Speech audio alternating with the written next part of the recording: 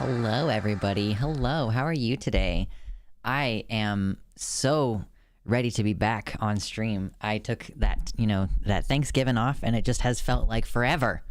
It's felt like forever. I haven't seen you in a long time. So anyway, hello, welcome in. Hope that you're all having a beautiful day so far. Ajax, yeah, you were here a little bit early. Welcome to the website. Pashy, welcome to the website as well. Abtron, Violet Lane, the Raccoon Pope, and Nouvenal, hello. Lots of folks over in the YouTube chat today as well. If you are on the YouTube chat and you didn't know, I actually have a website. It's called luxander.net. This chat comes from there and not from Twitch. You think I'm on Twitch. I'm not on Twitch. No, not on Twitch. But I'll still say hello to Spacer's Choice, 404 Cat, Sam, and But All Is Lost. And we got DJ and Finn. Hello. Hello. Did you all have a wonderful Thanksgiving? I decided I was not going to go do the family stuff because I have family members who are in healthcare, and some of those family members may or may not be like anti-vax as far as COVID is concerned. So I just was like, I don't want to, I'm not going to deal with that. So I stayed home and I decided to cook my own Thanksgiving dinner for the very first time. I have literally never, I'm 28 years old. This is the first time I've made my own Thanksgiving dinner. Because, usually you're going home to family. I mean, if I had my own kids, that would be like one thing. I would say that would kind of make sense. But I don't. So I just made food for my person and I. And it was just so good. It was ridiculous what I did. The food that I made was absurdly good. I did deviled eggs, which I'd never made deviled eggs before. It was fine. I probably put a little bit too much vinegar in there. They were really tasty, but probably a little bit too much vinegar. We had a poly potluck. Ooh, okay. What did you make for the poly potluck, Pashy? Family's doing Thanksgiving right now today. Just ignoring the family Thanksgiving to hang out on stream. That's cool. So I also got, I did green beans, and my partner said that the way that he likes green beans is with like cooked in bacon fat with the bacon in there, and then a little bit of white sugar. And I was like, what the fuck are you talking about? Like, that doesn't sound good. But we did try it, and wow, it was decadent. And then I did quick instant mashed potatoes because I was like, I'm not trying to whip potatoes right now. And you made an absurd apple pie and mashed potatoes. Oh, I've never made an apple pie before. I've made sweet potato pie once, which was really yummy. And I made cheesecake once, which I almost fucked up dramatically, and I managed to fix it. And so it was fine. But yeah, so I did make gravy. That was kind of the other big thing besides the chicken. But I'll tell you about the gravy in a second. Because here's what happened with the chicken. So first of all, in order to cook the bacon for the beans, for the green beans, I decided to cook them in the oven. Because if you cook them in the oven, then, it gets crispier, really. Because the fat, if you put it on a cooling rack, or if you have on a broiler or something, like where it has the drippings can fall down into a separate little cavity. So I just take one of my cooling racks for cookies and put it on top of a cookie sheet, and then cook the bacon that way. So the bacon fat all drips down into the bottom. And so I could use that bacon fat for other things. Like number one, I used that bacon fat in the green beans. That was the point. But then I made this chicken. I decided to do Cornish hens instead of a turkey because I didn't want to buy a fucking $25 turkey. Was the main thing, really. And I thought it would be cute, like if my partner and I each got our own little birds. So that's what I did. Oh, see you later, Finn. Sorry the signal's not great. Hopefully everybody else is having an okay time with the stream.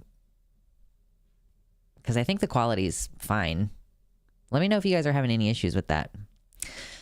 Anyway, so I was gonna do the hens in the same way that you would do a turkey. You know how turkey has a tendency to get really fucking dry? I wanted to avoid that also. So that's the benefit of the smaller bird, is that I figured it would cook more evenly and not end up with that really overcooked breast on top.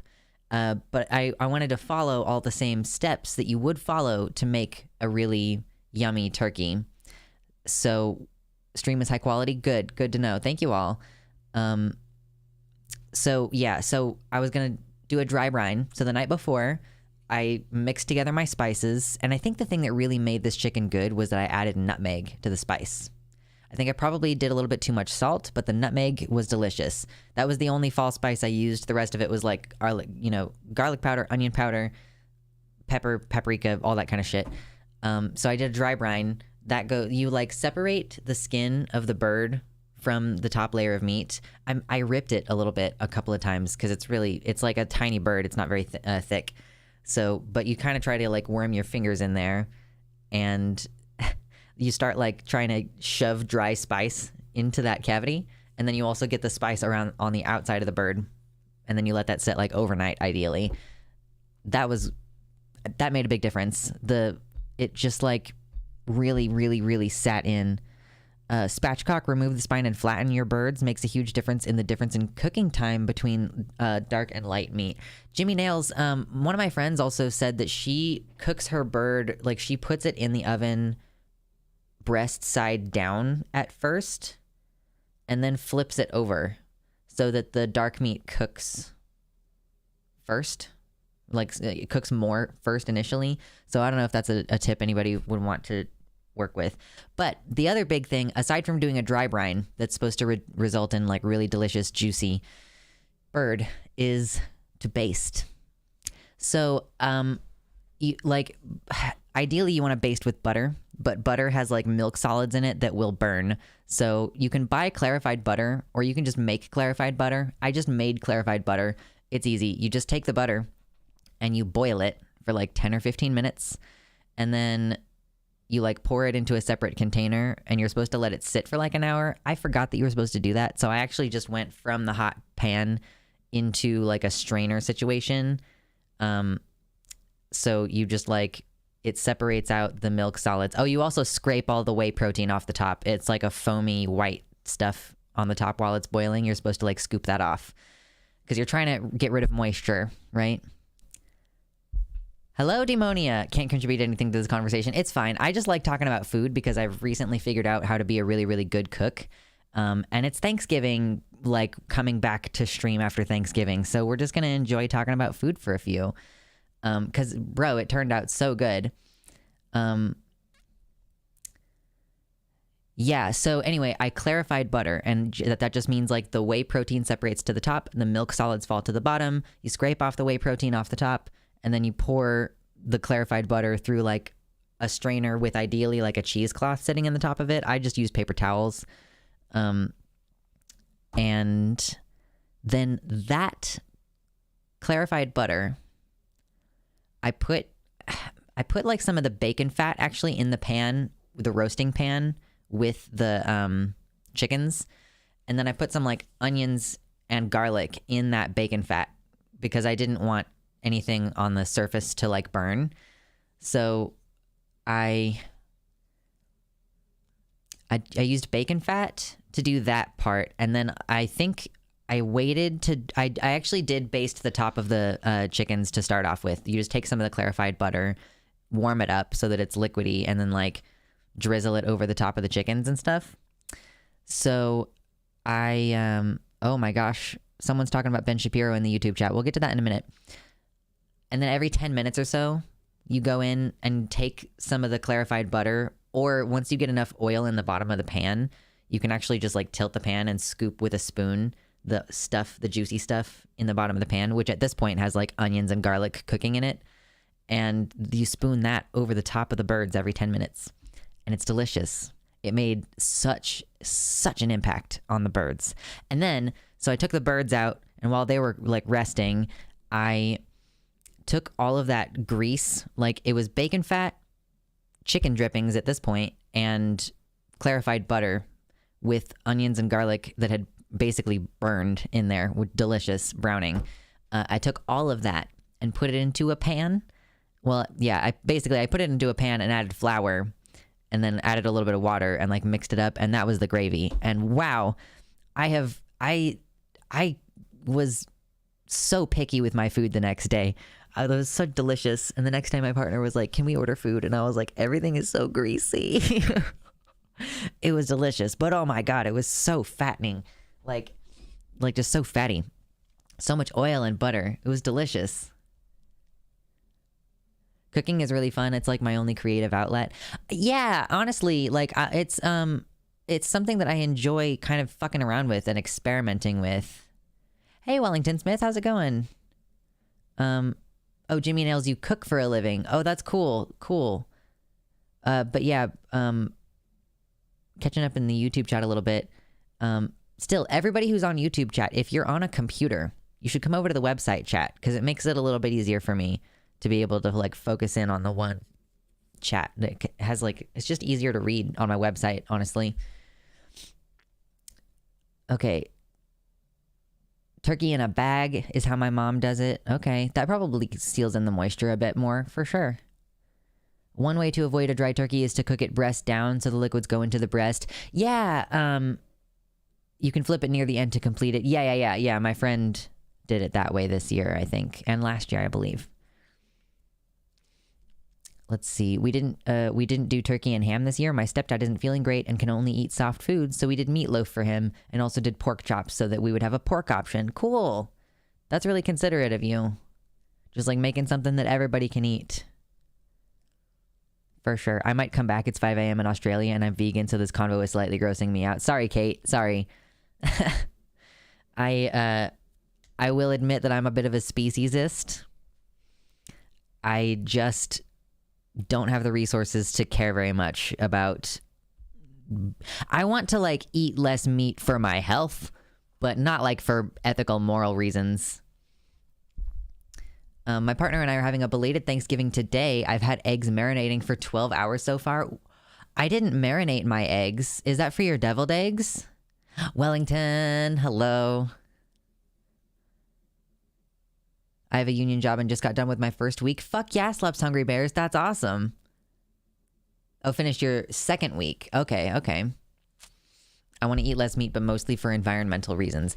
Like, I want to eat less red meat and pork because those are associated with, like, colon cancer, right? That's why red meat is bad for you, because cancer. And I mean, like, yeah, the higher up the food chain you are, the more, like, heavy metals you're getting in your system. So, also not great. One of these days, I'll join the website chat when I have a laptop that doesn't lag when I try to do literally anything. I feel you on that.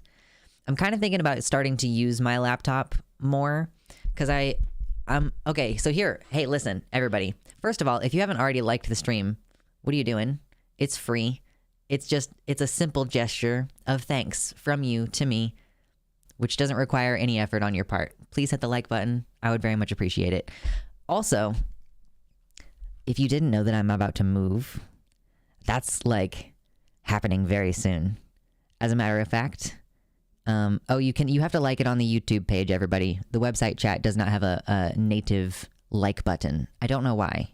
It just doesn't have it. But I'm moving this like upcoming week, basically. Like this time next week, my computer is going to be like in the process of being disassembled so that it can be transported. Like that's basically where we're going to be at around this time next week. So that's exciting and terrifying. Yes, we like the website chat better. Like the website chat is great because we have custom emojis, and through the website you can find all my other links, and you can support me directly through the website because your donations, if I were to have donations on YouTube, like YouTube takes 30% of your money. If you donate to me here, you only have like the PayPal fees. It is the best way to support me directly. So I appreciate everybody.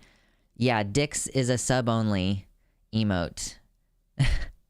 You got to get your shit together. I've been vegetarian since forever because of sensory issues. Meat is not food in my fun brain. Oh yeah, that's interesting. It is definitely food to me. It smells really good and I enjoy it. I also don't eat meat because of sensory issues. Okay, that's interesting.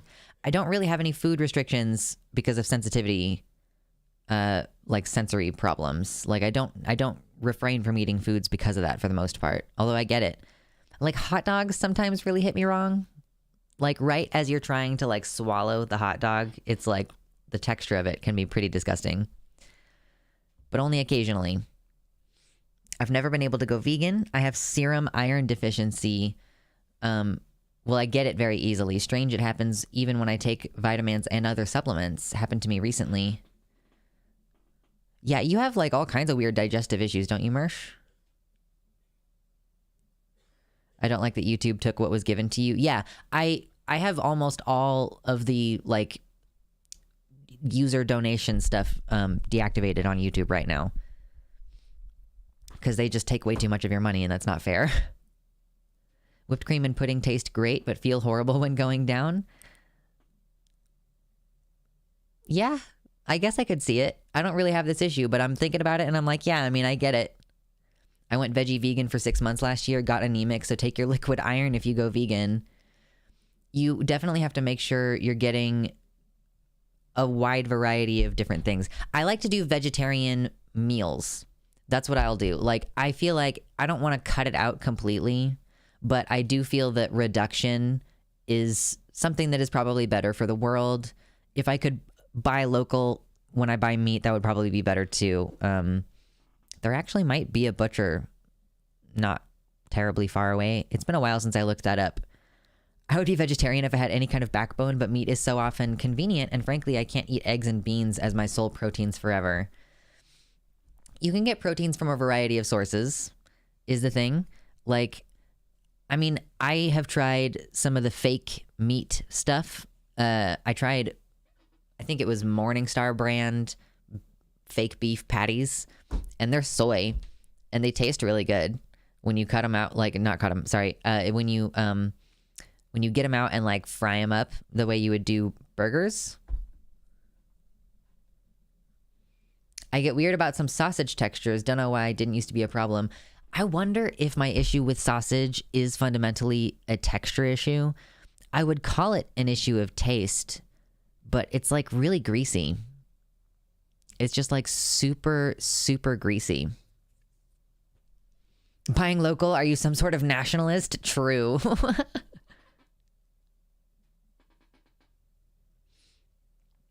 I almost have to have red meat at least once or twice a week to avoid iron deficiency.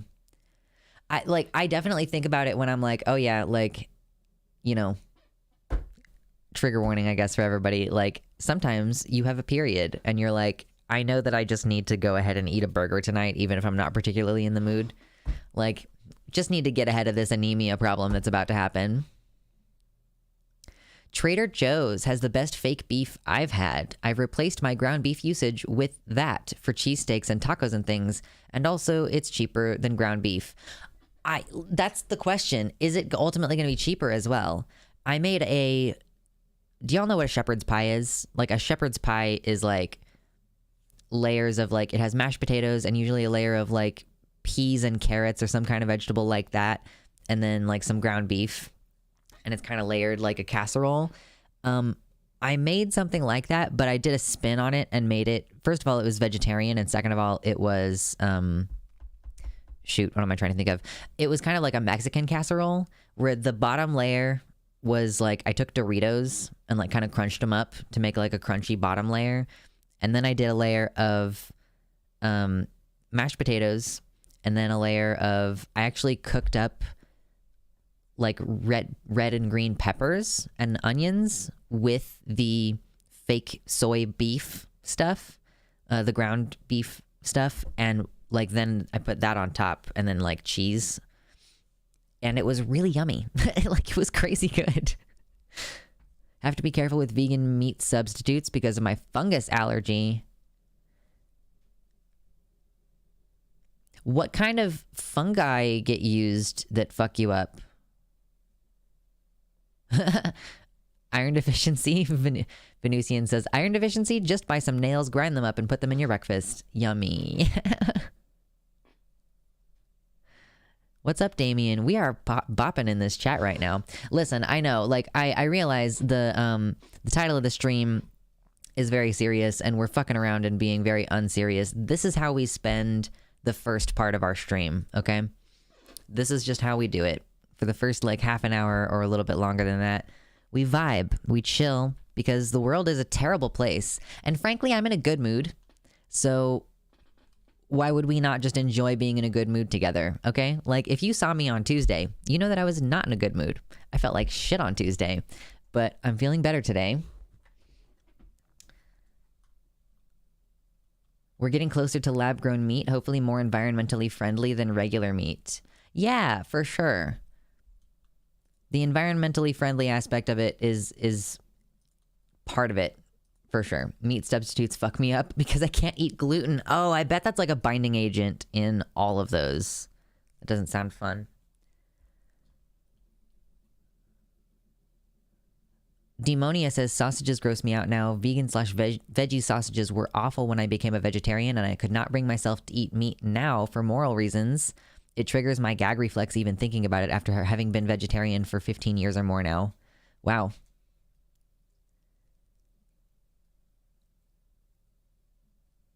My sister went vegetarian at like 13 for no real reason. Then when she tried to go back, she had digestive issues. Eventually, she worked back up to pescatarian. Now can eat meat on occasion, but only when she knows the source personally. That's interesting. Lab-grown meat has been approved somewhere. I am excited for the future. Like, again, I don't really feel morally compelled to stop eating meat. I just want to live longer. But alternatives are good. I finally ordered my groceries this morning and excited for so much good food to be arriving. I'm like, oh wow, I'm going to try not to spend any money this week because I am about to have to pay like, first month's rent at the new place. And I want to make sure that I don't become totally broke this winter. That is the goal.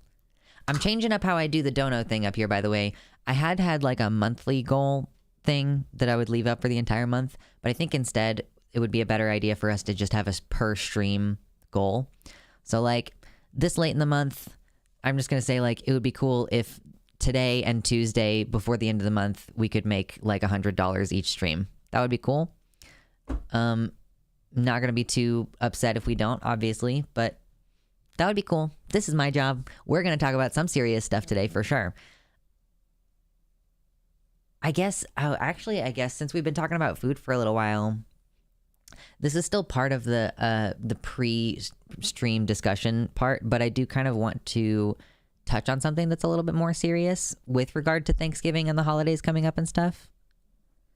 The crossover period between two places you're renting is always a pain. Yeah, it's like, and I mean, the one good thing about having a crossover period between two places you're renting is that you can like kind of take it slower with the move itself. So it's not like get out today. You know what I mean? That's going to be helpful. I'm getting stream hiccups. I thought that I was noticing a little bit of a stream hiccup as well. I haven't changed anything. Let's see if we can help that at all.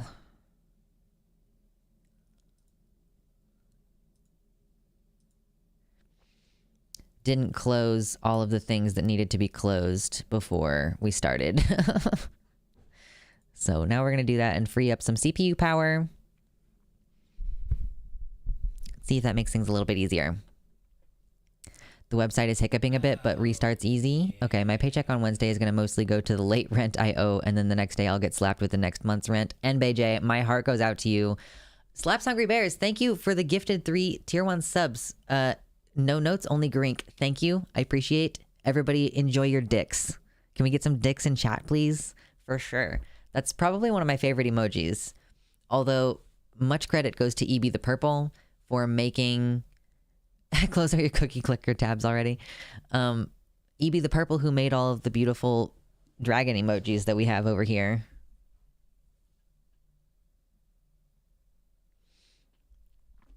Yes. Okay. So for sure, let me go update this thingy. So I did want to talk about the holidays in regards to it being kind of a difficult time for queer people. Like, frankly, holidays can be kind of a difficult time for queer people because not all of us talk to our families anymore. Yay. I don't talk to my mother's family anymore because they are almost all physically abusive people. And just, I got away from that when I was like a teenager, and I have not really looked back since then. I'm good. Thank you. Then there's my dad's family. And like, I talk to my dad, to be clear. Good relationship with my dad. younger siblings, good. Stepmom, good. His family, weird Republicans who I decided a long time ago that I did not feel like trying to explain any of this to, like any of my transness. Like they like, my grandma was like weird about me reading Harry Potter back in the day, and like she I think I like wrote a poem that indicated it somehow that I didn't believe in God, and that became like a problem also, you know what I mean?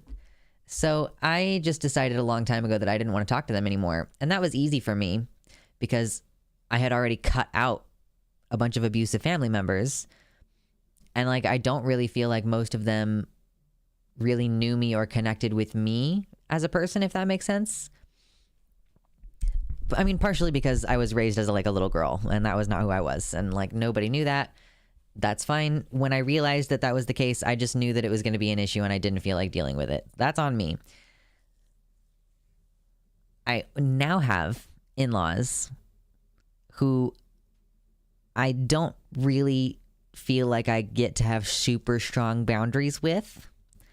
And also, I don't care at this time in my transition about what pronouns people use for me. So that has made things a little bit easier now, although it has been a point of friction for me, at least before, where I'm just like, whatever. COVID now like gives a real solid like boundaried reason to not be in those spaces, but I do still visit with those family members outside of those big holidays and stuff. So like, even though we didn't go to Thanksgiving dinner, we still visited our in-laws earlier in the day. My parents are white nationalists. Yeah, that's kind of what I mean about the, so my dad's family, they're like, I'm pretty sure that I've been reported that my grandparents don't take any pleasure in food anymore because they've had COVID so many times that they can't taste anything. That was a while ago that I got that update, so maybe we're buying you the door alarm. Hell yes, please, Slaps Hungry Bears. That's excellent. Thank you. I like the door lock thing that it has too. That's cool. I'm also going to buy myself a security camera. That's my own thing.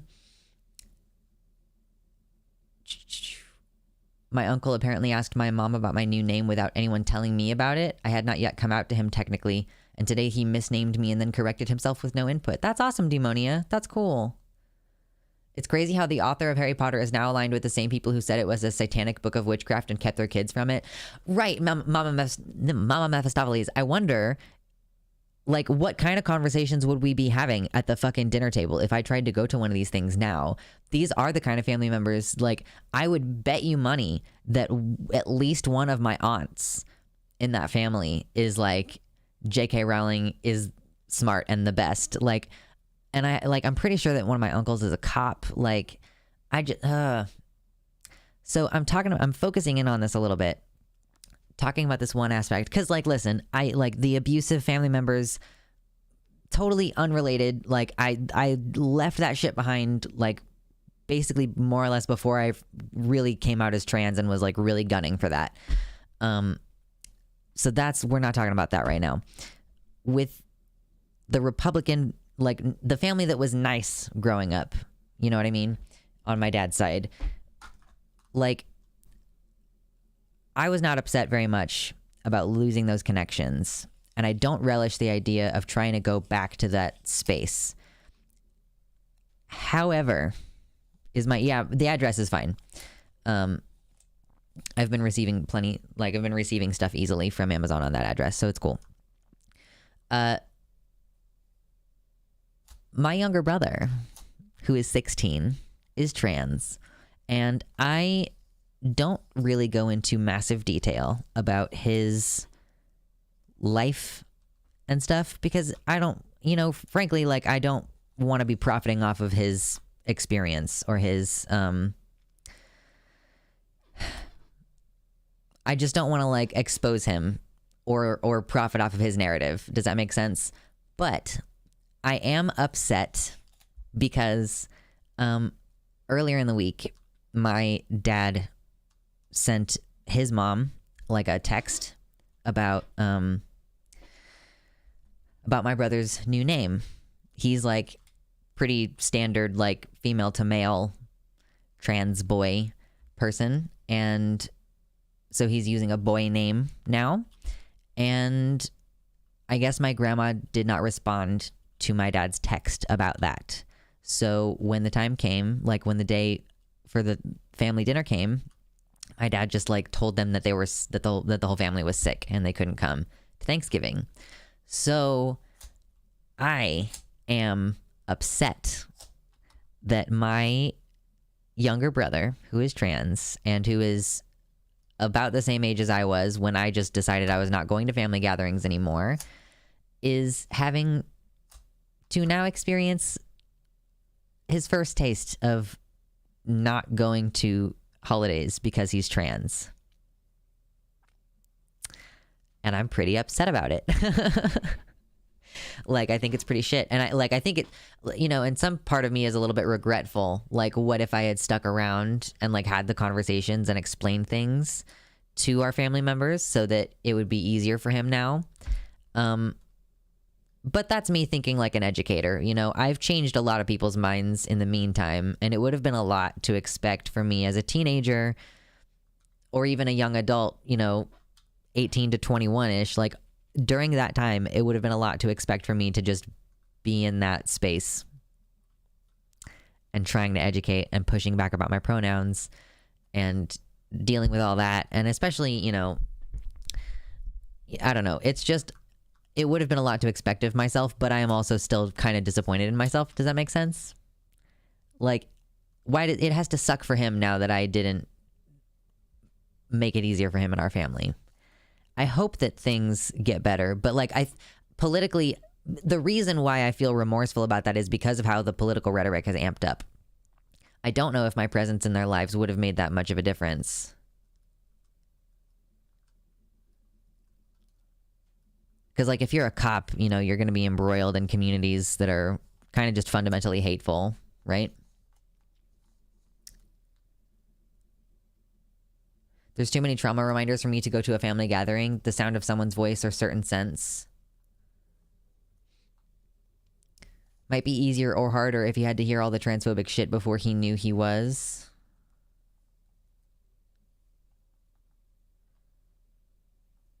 Yeah, true, Mephistopheles. The Halloween is really the best holiday for queer people because there's no expectation to see blood family and the costumes are all about self-expression. My ex-wife won't call our youngest child by their chosen name and pronouns. That sucks. Halloween is pagan. True. We all appreciate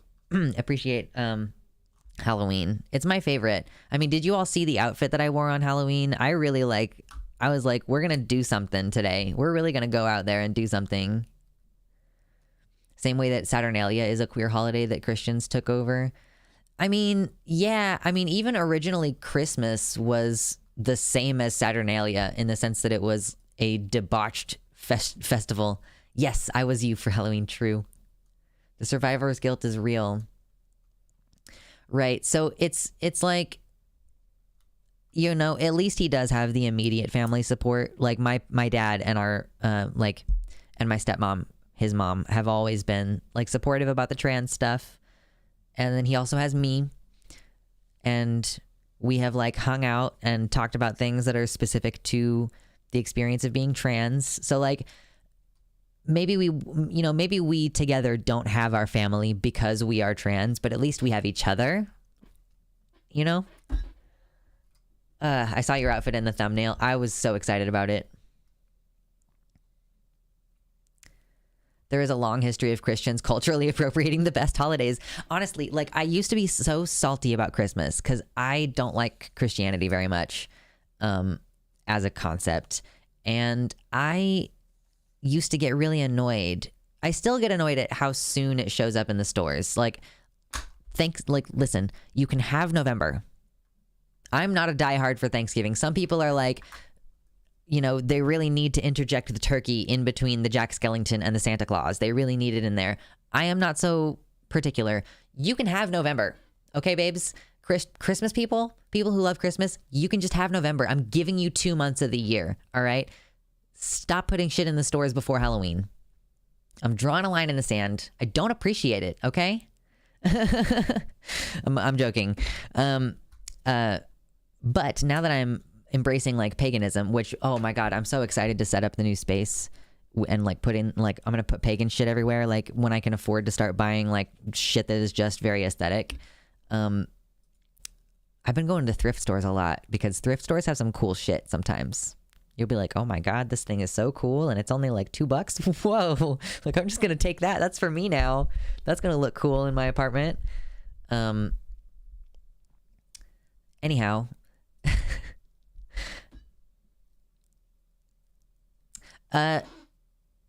Is there somewhere we can send the receipt in case you need to return something? I don't know.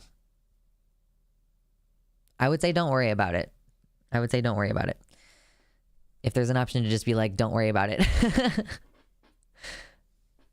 I fucking love thrift stores. Yes, there's so much cool shit. Thrift stores are queer heaven. Violet, you are not joking. I'm pretty sure that at least 2 of the employees at the thrift store that I go to pretty frequently are queer people. At least with the, like, hair involved, you know? November is for burning effigies of treasonous Catholics. Oh, but I was in the middle of saying, now that I've embraced the pagan lifestyle, I kind of enjoy seeing Christmas shit in stores now. Because to me, I'm like, yes, I appreciate that you're celebrating my holiday, you know? I hope today's topic ain't too depressing. It will be. Yeah, it will be. Which is why we have to do this at the beginning, you know? A lot of people have been coming in and not hitting the like button. Listen, even if you only come in for a second, you just hit the like button and leave. Come on. You don't even have to do donos in order to help the stream directly. Burning effigies of treasonous Catholics. Jimmy Nails on the website. Welcome over. Yeah, why wouldn't the receipt just send with the package? That's usually how it goes. Usually there's a little thing with like a little QR code if I needed to return shit. That's usually how it goes. Like anytime you get gifts from Amazon. I need to go to thrift stores. It is so fun. I just go straight to the like kitchen section. I found a stand mixer with all the parts that it needed to have, and it turned on and worked in the store. And I looked it up on Amazon. It's normally $150. I got a stand mixer for $50. Okay, I am gonna make so many baked goods this winter. Should we do baking streams? I've already done one cooking stream, and I did bake during that stream. But should we do more baking streams?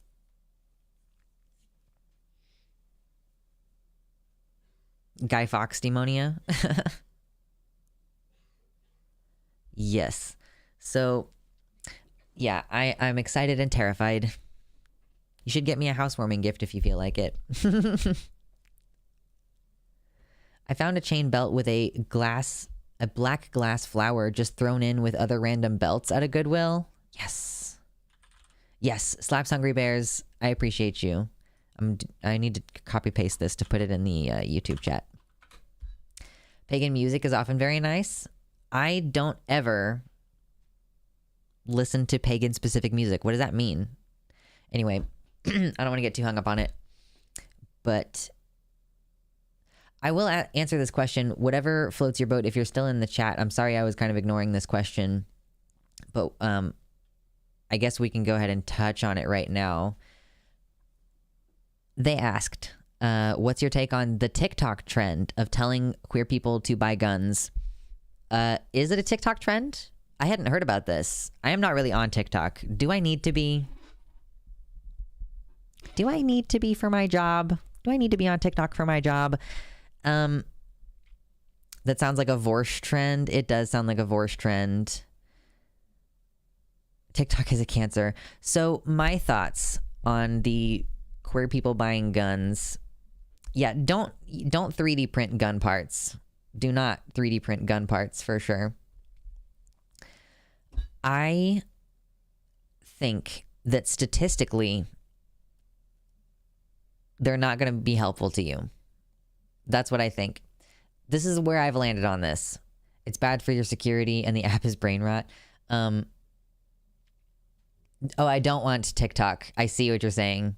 I see.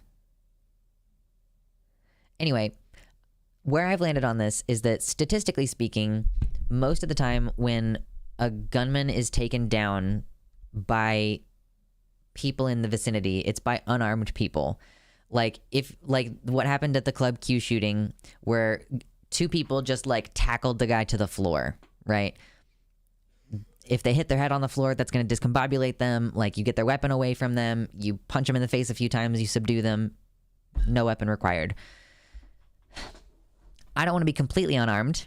That's my prerogative, which is why I have pepper spray. And I am also going to go ahead and get a taser, because I can legally possess one in the place where I live. So this is like the combo, you know? Pepper spray hopefully keeps you away from me. If you get close enough to me for things to happen, like, it's taser time, okay? That's where I've personally landed. Because having a gun statistically can increase your likelihood for suicide. Like, obviously having a gun makes it a lot easier. The Voosh take is that you should have a gun for leftist reasons if you can, so that you can protect your community, like building a leftist armory. I don't disagree with that concept. I haven't really gone in on the Voosh take, but that does sound, yeah, I could see that. I just, like, statistically speaking, having another gun in a situation where there's a gunman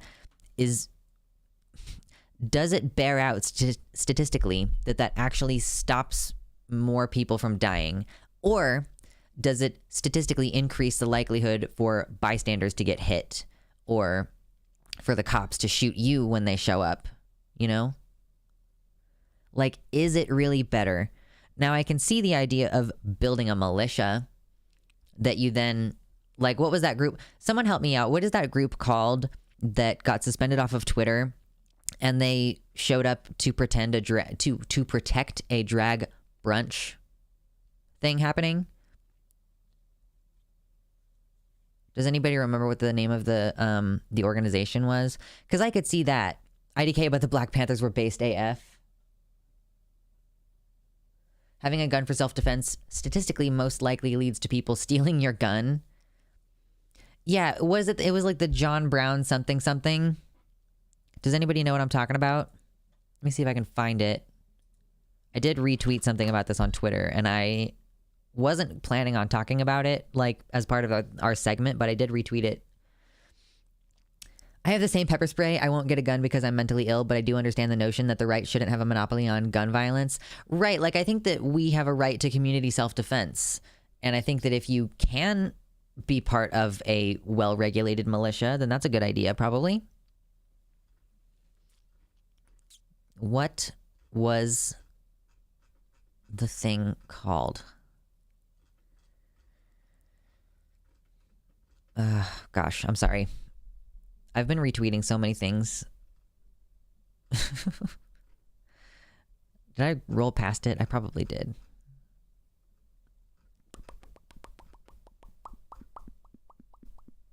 Oh yeah, here it is.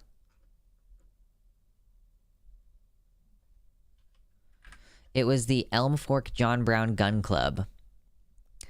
And I don't know if you remember this event. I don't know, is there a picture here? It was a drag brunch, and a bunch of these, you know, people showed up being like, protect Texas kids and stuff. And like the folks from the what the fuck was it called again? The Elm Fork Gun Club. They were just hanging out, like, with their guns, with their, like, face protection on, just, like, hanging out, making sure that nobody fucked up the drag event, essentially, which is cool. Like, I support, like, a well-regulated militia, self-defense. I just don't want to be part of that. Like, I'm disabled. I can't, you know? I had, like, yesterday, my podcast co-host, which I have a podcast, it's called MKG. If you want to check it out, it's really cool and casual, with my friend Dr. Catherine Strickson. There is a link in the description on the YouTube page. And we were whoa, hold on. What am I doing? 3D printed guns are like one-time use and will probably explode in your hand. Do not use a 3D printed gun, like, at all. Just don't use a gun with any 3D printed parts. Do not do that. I don't have the health to go out if I don't have the health to do a podcast. My co-host was like, hey, do you have time in about an hour? And I was like, I am having a weird health day because like my heart was like spasming, which is what happens when you have POTS.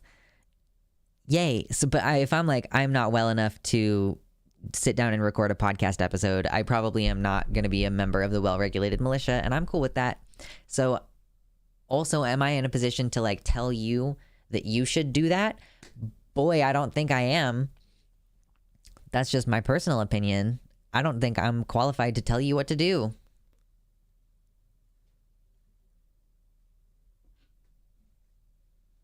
I'd join if I had a bit more exposure therapy. Yeah, Slaps Hungry Bears, if you can get back into exposure therapy, highly recommend it. It is absolutely my favorite thing.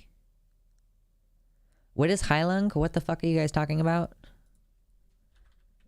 Yeah, I still use Twitter.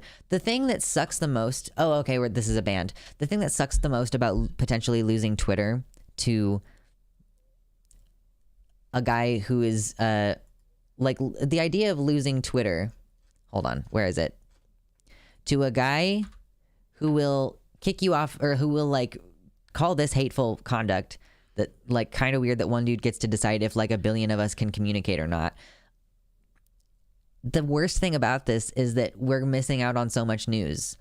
I found it very useful and valuable to be able to see what was happening on the ground as things were happening in the protests in 2020. All of the information that I've been getting about COVID is coming from Twitter. And, like, I won't be able to keep track of how bad it is as easily if I'm not on Twitter. Like, how bad is COVID? Well, right now, what I know about it is that 10,000 people are still dying every month in America, and, like, it's causing long-term complications. It is, like, destroying placentas in pregnant people and causing stillbirths and premature births. Like, you know what I mean?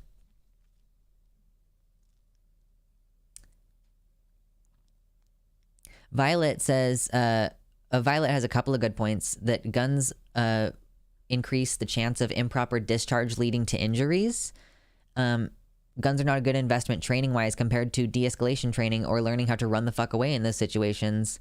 Confidently carrying makes police more likely to assume violent motives, even in non-violent situations. Points out that a large amount of gun deaths are cops thinking people were going to shoot them, often from people who are just holding a wallet or a phone or something. The media misrepresents gun statistics so badly, and it's leaving people very ignorant about the actual problems with guns. Yeah, like, I don't actually think that that is as valuable to you as de-escalation training, which I just tried to look that up in my area, and I don't actually know if there's any de-escalation training that's available not to, like, cops specifically near me. Like, where do you get de-escalation training? I guess they probably provide it for, like, teachers and nurses, if I had to guess. Maybe if I used more refined search terms like hospital de-escalation training or, like, something along those lines. Because that's something I'm interested in. Stop the bleed training, de-escalation training, some hand-to-hand combat probably, like learning how to wield your taser, making sure that you're checking your pepper spray once a month to make sure it works correctly, like discharge it outside somewhere.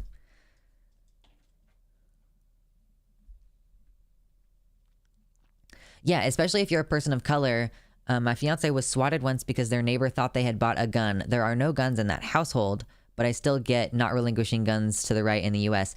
Like, we don't, like, that just goes to show that we don't actually have a Second Amendment right. If your neighbor could be like, I think my neighbor bought a gun, and then the police fucking swat you just because you're a black person or other person of color and you happen to have a gun, like, is it not your legal right to own guns? This is why the NRA exists. I hope you know that.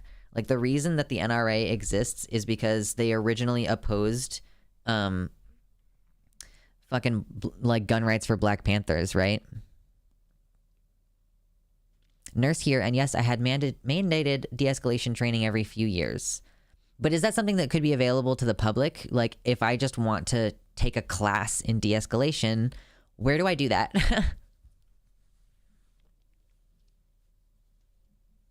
This is going to sound really fucking weird, but my local homeless community actually self-regulates the bad people out of the community, and the streets where tents are propped up are actually safer than the other streets.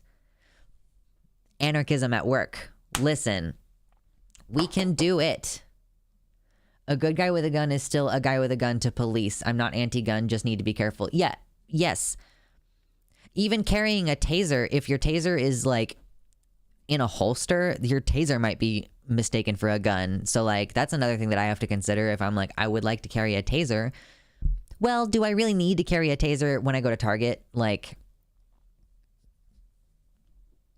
I don't know. These are the questions that we have to ask ourselves in this nightmare country. Oh my God, I'm getting so worked up. Demonia, what country? Our cops are pretty much getting a college degree before they get on the street. I fucking wish that they would require like at least some basic knowledge of the law from cops. Germany. Okay, Germany. Were the Black Panthers Maoist? I don't know what that means. Max, hello. If nothing else is available, there are online courses, but would recommend in person if possible because a lot of the training is muscle memory, so you can do it without having to think about it.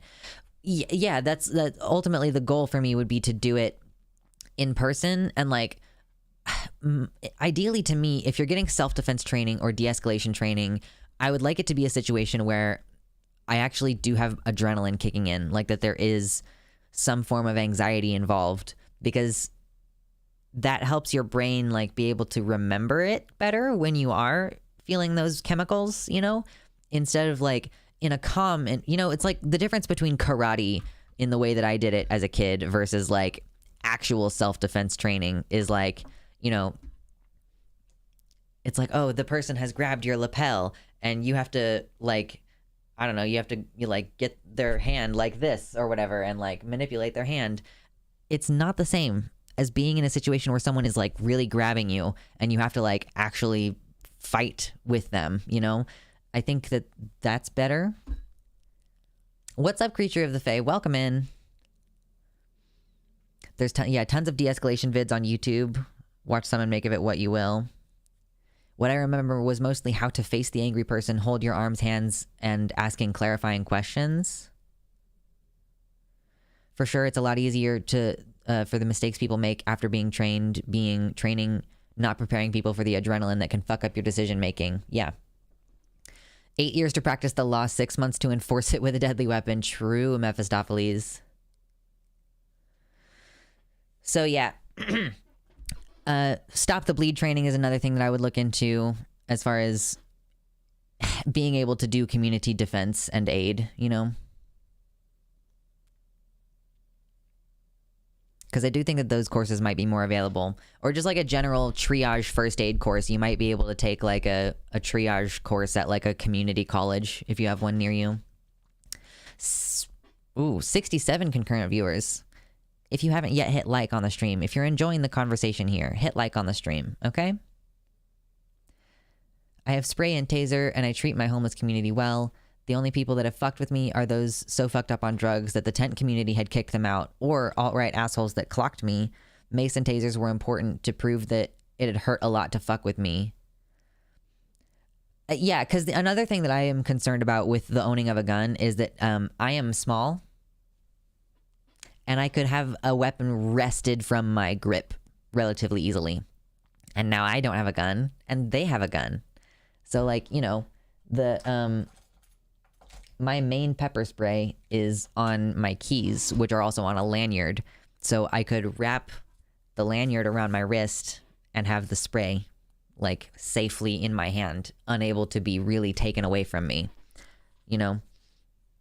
I'm not sure about the taser aspect. First aid should be a mandatory part of PE in high school, IMO. Honestly, there's so much shit that I wish I had learned in high school. I don't want to go off on a whole fucking tangent about that, but I truly have a lot of thoughts about like all the shit that we should have. Why am I finding out at age 28 how to build good credit? Why? Why did I have to have like one of my adult friends explain that to me? The awful truth is that you have to be willing to pull the trigger. Better to be judged by 12 than carried by 6. I mean, yeah, that's the other thing about having a gun is like you have to be willing to shoot someone. I don't like, to me that doesn't mean you have to be willing to kill someone, because I would feel relatively comfortable shooting someone in the dick pelvis area. You know what I mean? Like, it's still like part of their main body, this part, but like maybe just in their guts or something. You can get a surgery and fix your guts. You're fine. I actually know someone who got shot in the lower belly. Or was she stabbed? I think she was shot in the lower belly. She was my manager when I worked at a gas station, but previously she had been working at a sex store, like Priscilla's or Cirilla's or whatever the fuck it's called nowadays. And she like got held up and got shot in the lower belly, and she got it fixed with surgery. So you can get shot in the lower belly and live through it. If you shoot at someone anywhere, they could die. Always a possibility. I mean, that's true. Yeah. Most gunshot wounds are survived. I mean, yeah, there's always a chance. But it's like if you push someone to the ground, there's a chance that they could die too, you know? Like, listen, I'm sorry. I'm going to do something kind of fucked up right now. I'm going to do something a little bit fucked up. I don't really make fun of people's appearances very often. Like, I think that's kind of a shitty thing to do.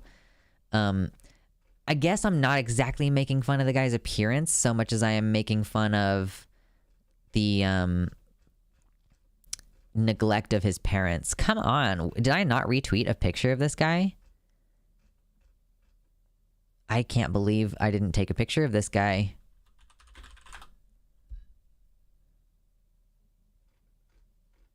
Okay, girl.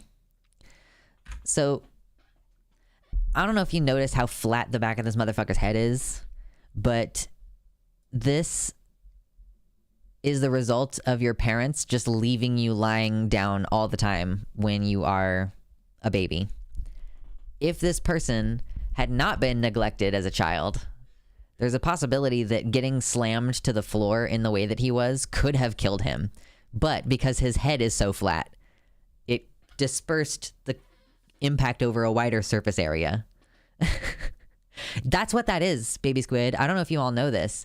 But yeah, I didn't know this until recently because I was talking with one of my family members who has kids, and she was saying that helmets nowadays, like, they're having a hard time finding bike helmets that fit her kids because her kids have normal shaped heads from being carried around more often than being laid down when they're babies.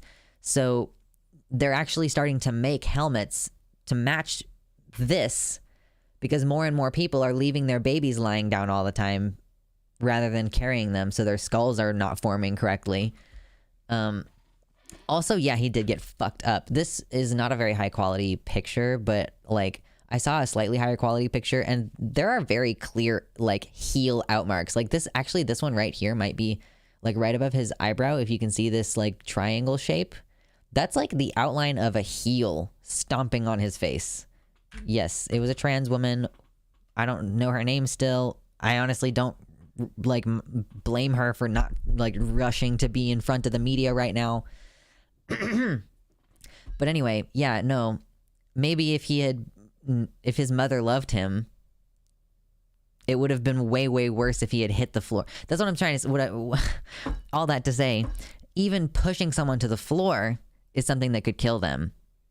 And like, do y'all remember that old man who the cops like pushed down during the protest a couple years ago? That like 70-year-old man who like, he fell down and hit his head and immediately started bleeding like out of his ear.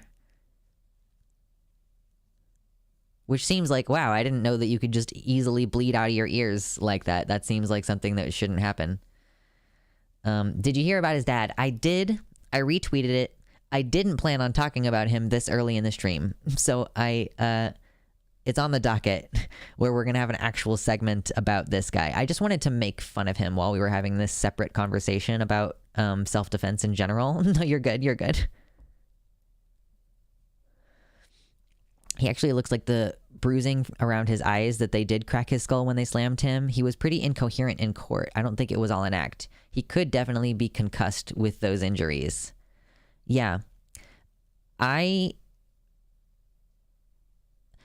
Sometimes in the aftermath of an event like this, after hearing it described, we went over it on stream on Tuesday, that the veteran and this trans woman like knocked him to the floor and then got his weapon away from him. The trans woman was stomping on his face, and the veteran like took the pistol from him and was like hitting him in a crease of his armor somewhere around the head with the pistol, right?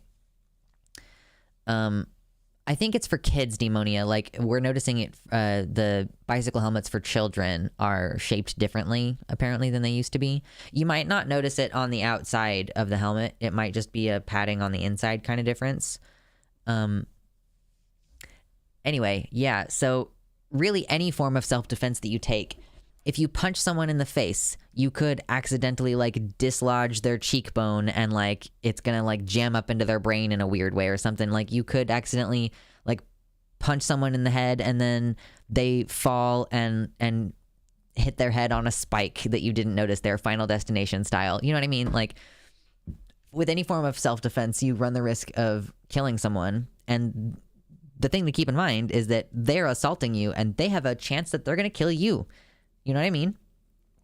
It's sometimes it's very much like it's you or me, buddy kind of situation. Oh, my computer is horking out. Hopefully that doesn't kill the stream too bad. Come on, girl. At least I'm aware of the hiccup this time. My computer is just really slow all of a sudden.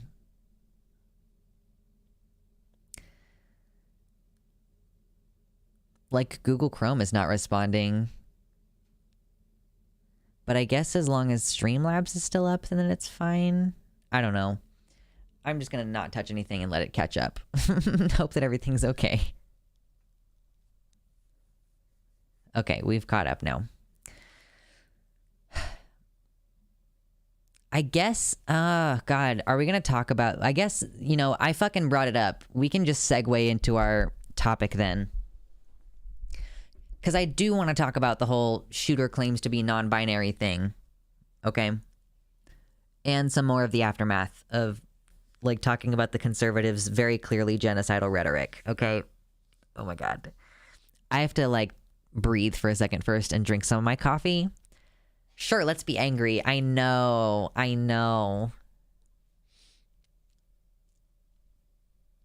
have gin. I am... trying a little bit of sobriety right now. I think it would be cool if I could build out my liquor cabinet while doing kind of like a dry December sort of thing.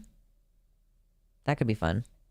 And then by the time it's January, I can be like, oh, I'm going to make like cocktails that are actually nice instead of just drinking to get drunk all the time. I don't know. I'm trying to figure it out. It's definitely a problem. Like, it's a problem for me in the sense that I wake up in the morning and I'm like, I don't want to drink today. I really don't. And then 6 p.m. rolls around and I'm like, I'm going to go get some beer. And it's like, that is what addiction is. When you're like, I don't want to do this, but I'm going to, but I don't want to, but I want to. It's not a fun moment.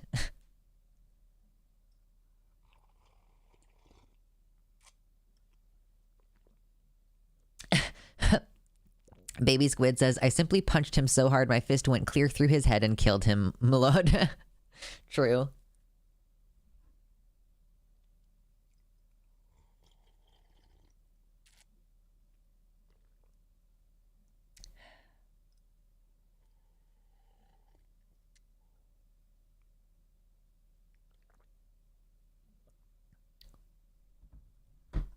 Dude is clearly a drug baby too. Not mocking him physically. It's perfectly okay to make observations like that. I mean, maybe. I don't want to like... I guess I haven't actually watched the video of his dad yet to find out what kind of a parent he is, but he doesn't seem like a great one. And like, yeah, I mean, I can just tell by the shape of your head, dude, that your parents were neglectful of you as a child. Like, I'm sorry. Neglect is a form of abuse. We all end up kind of fucked up from abusive parents. Jimmy Nails, did you not know that this happened? What? That fucking interview? Yeah, listen, I still haven't watched it, y'all. Like, I'm gonna watch it with you all for the first time today, okay? Again, I'm gonna drink a little bit more coffee. I'm also gonna drink some water. Hail hydrate. You should all drink some water too. It's important. I swear to God, if you don't take care of yourselves in these basic ways, I'm gonna lose it.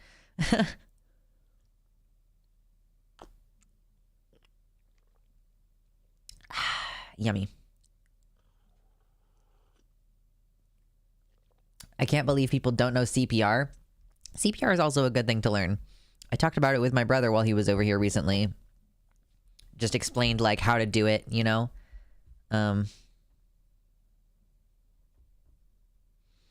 Hello, Corpse Candy. Hello.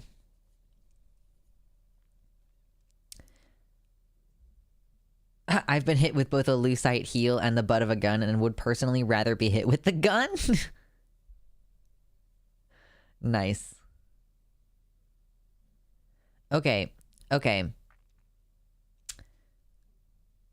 I will talk about the actual non-binary thing a little bit later on, okay? I would like to actually discuss that toward the end of this segment, because the first thing that I want to do in the segment is, because this is going up on the channel, so what I'm going to do is the first part of it, we're going to talk about the actual backlash some more, a little bit of what Tucker Carlson's saying, a little bit of what Matt Walsh is saying, because I want it to be clear up top in the content on the channel that this is deliberate genocidal intent, you know? Hi, YouTube. Yeah. Hello, YouTube in the future. Oh, the topic changed mid-type. Yeah, sorry. I do that sometimes. Hello, YouTube. Okay. Club Q shooter comes out as non-binary, uses they them pronouns, question mark. We will get to that. Okay, listen. First, I want to talk a little bit more about this backlash that we've been seeing. We talked about it a little bit last week. Dealing with this during Thanksgiving week has been a hell of a thing. I'm trying to cook dinner and be normal around people and not cry all the time, and I'm just having to deal with like an increased amount of backlash toward the queer community in the wake of this, and like a lot of victim blaming. Frankly, I have never seen this kind of response in the aftermath of a mass shooting where they're like, girl, maybe if you would stop being such a freak, you know, like, earnestly, it's a little bit fucked up. So Steven Crowder, what does Steven Crowder say? Strong legislation to protect children and an armed populace to protect themselves / their kin.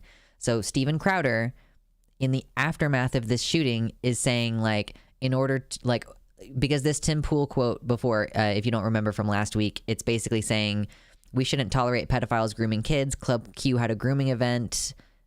Like, how do we protect LGBT people as a whole, or how do we protect gay people as a whole, and stop the grooming?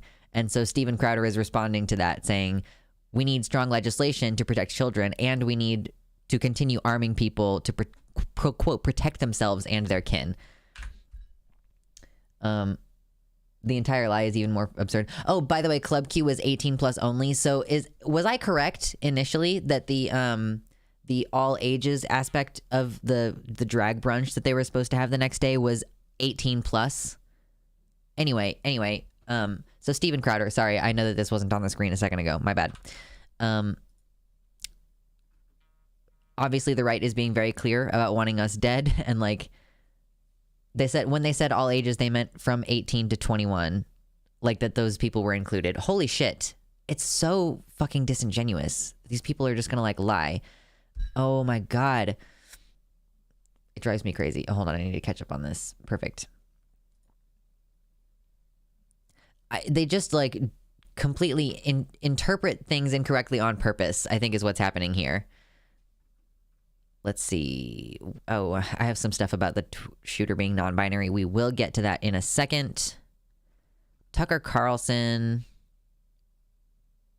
Oh, yeah. So here's even more from Tim Pool. Natalie commenting on this. Natalie Wynn, who you all know, ContraPoints, of course. We're not all going to agree on what amounts to abuse. I believe teaching children that sin condemns them to hell is child abuse. I also believe that drag queens reading a book to children is completely harmless. Others believe the opposite, but only one side is threatening murder. Tim Pool here says, the grooming of children is not stopping. People are calling for more violence, including you, dumbass. I do not think legislators will stop the grooming. People will not stop calling for violence, so you tell me what happens next. If an atheist said, religious indoctrination of children is not stopping, Christians and legislators refuse to stop it, Therefore, more blood will run in the pews. That would be terrorism, obviously. This is what Tim Pool, Tucker, Chaya Rychik, Matt Walsh, etc. are currently doing. It's pretty obvious, you know? Pretty obvious that we have a lot of just very violent rhetoric amping up. Oh, here we go. Matt Walsh using dehumanizing rhetoric. It took 3 days after the mass shooting at Club Q for the Daily Wire's Matt Walsh to blame the victims for the massacre. Matt Walsh basically is saying more or less the same thing in this video. We did not watch this on stream because I think that Matt Walsh says inflammatory things like this so that he will get clipped on Twitter so that people will share his shit more. I think this is how he markets.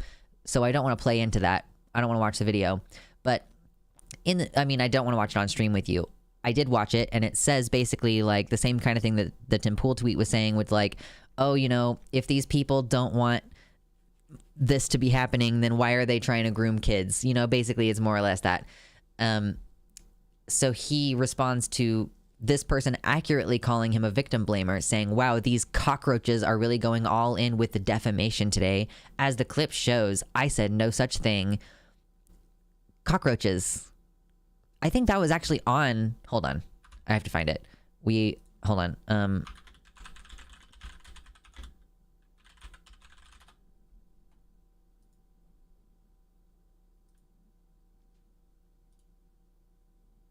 Sorry, give me 1 second. Okay. Is that on here? Hold on. Yeah, dehumanization, stage 4.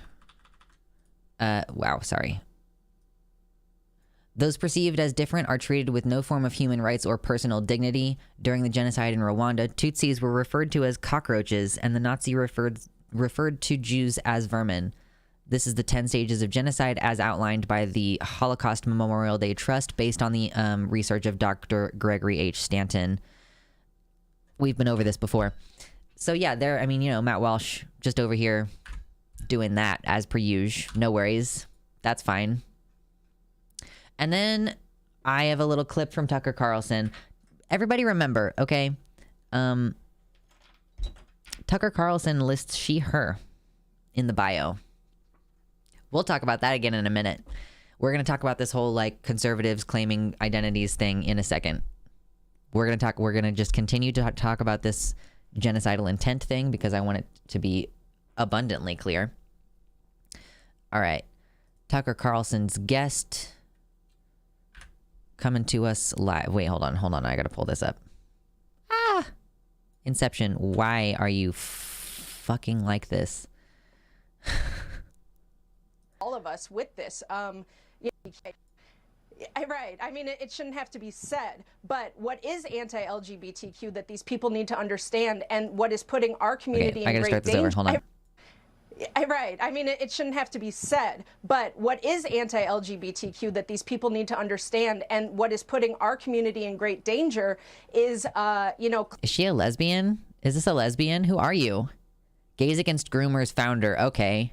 Claiming that all of us support this and just associating all of us with this, saying that groomer is an anti-LGBTQ slur. That is doing irreparable damage to us as a whole. Except that it is, like, again, they've been calling us groomers in one form or another since, like, before I was born. And it's putting a really large target on our backs. And unfortunately, the tragedy that happened in Colorado Springs the other night, it was expected and predictable. It is, expected and predictable based on the fact that people keep drumming up violent rhetoric toward us, like, including Gays Against Groomers, who positions trans people as groomers. Like, yeah, obviously this was going to happen, but because you decided to make it happen. We all within Gays Against Groomers saw this coming from a mile away. Yeah. And sadly, I don't think it's going to stop until we end this evil agenda that is attacking children. The evil agenda attacking children. The right uses that word evil a lot. Have you ever noticed that? Like, it's really important to them to put themselves in a position where they're morally superior to you. Like, you are evil. The Nazis called queer people pedophiles too. It's so typical. It's very obviously falling into the same pattern. It's really upsetting to me also that we don't have more education and resources about the fact that trans and queer people were targeted during the Holocaust, because then you have people telling me that, like, I am appropriating a struggle that's not mine when I talk about genocides about trans people. And it's like, bro, welcome to the website, Sasha Larius. Lady, they're coming for you next if they manage to kill us off. Like, they just want to be the last one in the grave, really. They want to be the last one in line to the firing squad. She's a huge famous shitlord now. I don't think I had seen her before. I'm not shocked, really, that the rest of the alphabet soup would throw us under the bus. I am shocked that they're just... I guess I'm just shocked that they're allowing themselves to be used as props for this movement, where they, like, truly, like, that they would excuse... I mean, the fact that this woman didn't come in and say, the people at this bar didn't do anything wrong. Like, these were just customers at a gay bar that the following day was going to have a drag event for adults only. All ages, meaning 18 plus instead of 21 plus, because it's a bar. Like not even a word of sympathy or regret for the people who are just there to dance, or who are just there serving drinks. It's so fucked up. I didn't even know this wasn't a drag event. I thought it was. It was supposedly... I didn't actually look for the Facebook post or the social media post, but allegedly the bar posted at about 10 p.m. that they were going to have a drag brunch the following day that was all ages, you know, but it may be based on some of what I read about the shooter's prerogative or the mother's prerogative, really, perhaps that he had planned on doing it before that was actually announced on their social media, so I'm not totally sure. We will have to see how that goes. This woman and her org do not represent most cis queer folks. Yeah, it's a fringe group who are allowing themselves to be used by Tucker Carlson to spin this web, to spin this narrative. Like, do we know that one of the women who died wasn't a lesbian? There were 2 women who died. Do we know that there wasn't a lesbian injured? Does this woman just have no desire to protect her people? Like, these people weren't grooming anyone. Like, they weren't even around children. Like, it's not like queer people are grooming anyone anyway, but very explicitly this had nothing to do with kids. And they're just acting like it is. And that's, like, really disappointing to me.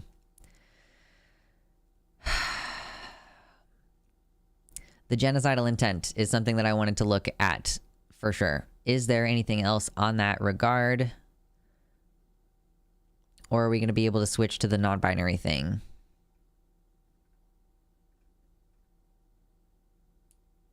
I think that we might switch to the non-binary thing.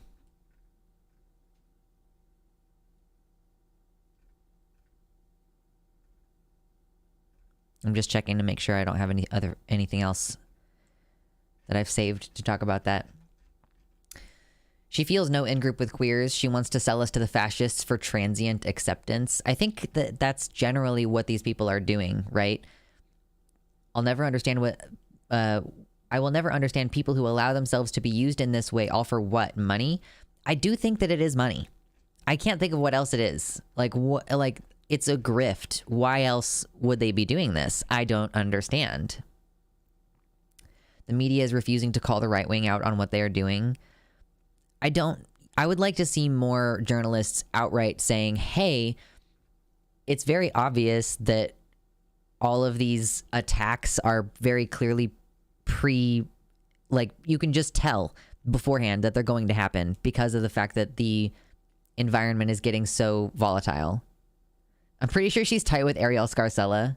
She is for sure. They do it for a false sense of security, added security and power, acceptance. It could be a grift or it could be brainwashing. I just have such a hard time telling what is actually going on here. Eris, welcome to the website chat. My parents are this type of conservative, so I can strongly confirm that these people love painting this as a life or death thing where the LGBTQ community is evil and trying to bring about the complete downfall of the apparently not fallen American society. But conservatives are great at saying later they didn't mean it at all. they do have a tendency to deny later on. Like, I don't think that we have an appropriate recompense or recognition in this country of the atrocity that was the AIDS epidemic, which was just kind of deliberately, they just said, no, we're not going to talk about it. We're not going to deal about it. Specifically, Reagan told the CDC not to investigate it or like not start working on a cure or whatever. So that's fine. That's the country that we live in, where gay men threw their partner's ashes onto the White House lawn. Anyway, I'm ready to move into the non-binary segment of this because people are talking about this a lot. I want to establish my opinion and go over as much of the information as we possibly can, at least all the info that I've come across with regards to the shooter saying that they are non-binary. I think that I've been fucking up and not paying attention to the pronouns for the rest of this video, but I'm going to do my best for this segment. And I have a reason. I have a very good reason. Okay? I promise. They are not even denying that they're pro-genocide anymore. Okay? Quarbarian says, I've got to head out. I'm celebrating my birthday at a drug brunch today. Can't let the fascist terrorist win. I salute you. I hope that you stay safe, and I hope that you have fun.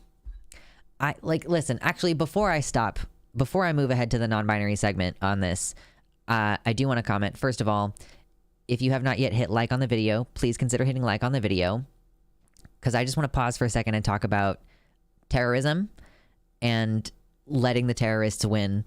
Because listen, I live in a place where there are relatively few mass shootings, and I live in a place that has got relative queer acceptance. Like, it's not great, but it's fine. And I haven't been to a gay bar since I think 2015 or maybe early 2016. Like, I've never been to Pride, but that's usually because it's too hot.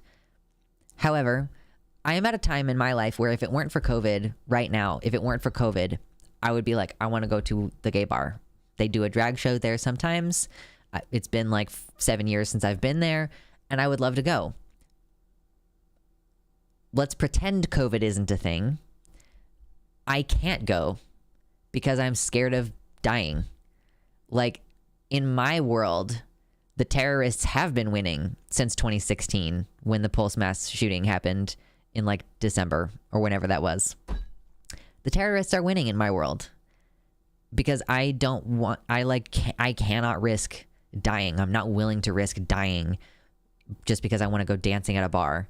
Like, just because I want to go get a drink, just because I want to be with other queer people. Like, being with other queer people is not worth it to me to risk the potential. Like, any good night that I have is going to be tinged with the knowledge. Like Brennan Beckwith said, every time he goes clubbing, he brings his like stop the bleed kit with him, his like bullet wound plugging kit with him. Like, I can't, like, I don't love that this is my life. Like, I don't love that this is where we've gotten as far as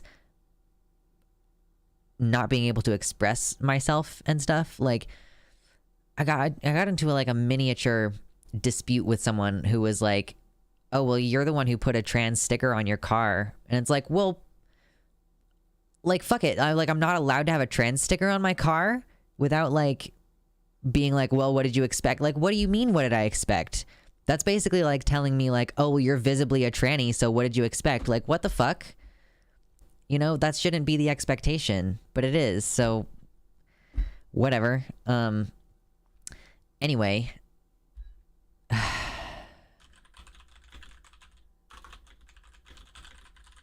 hold on.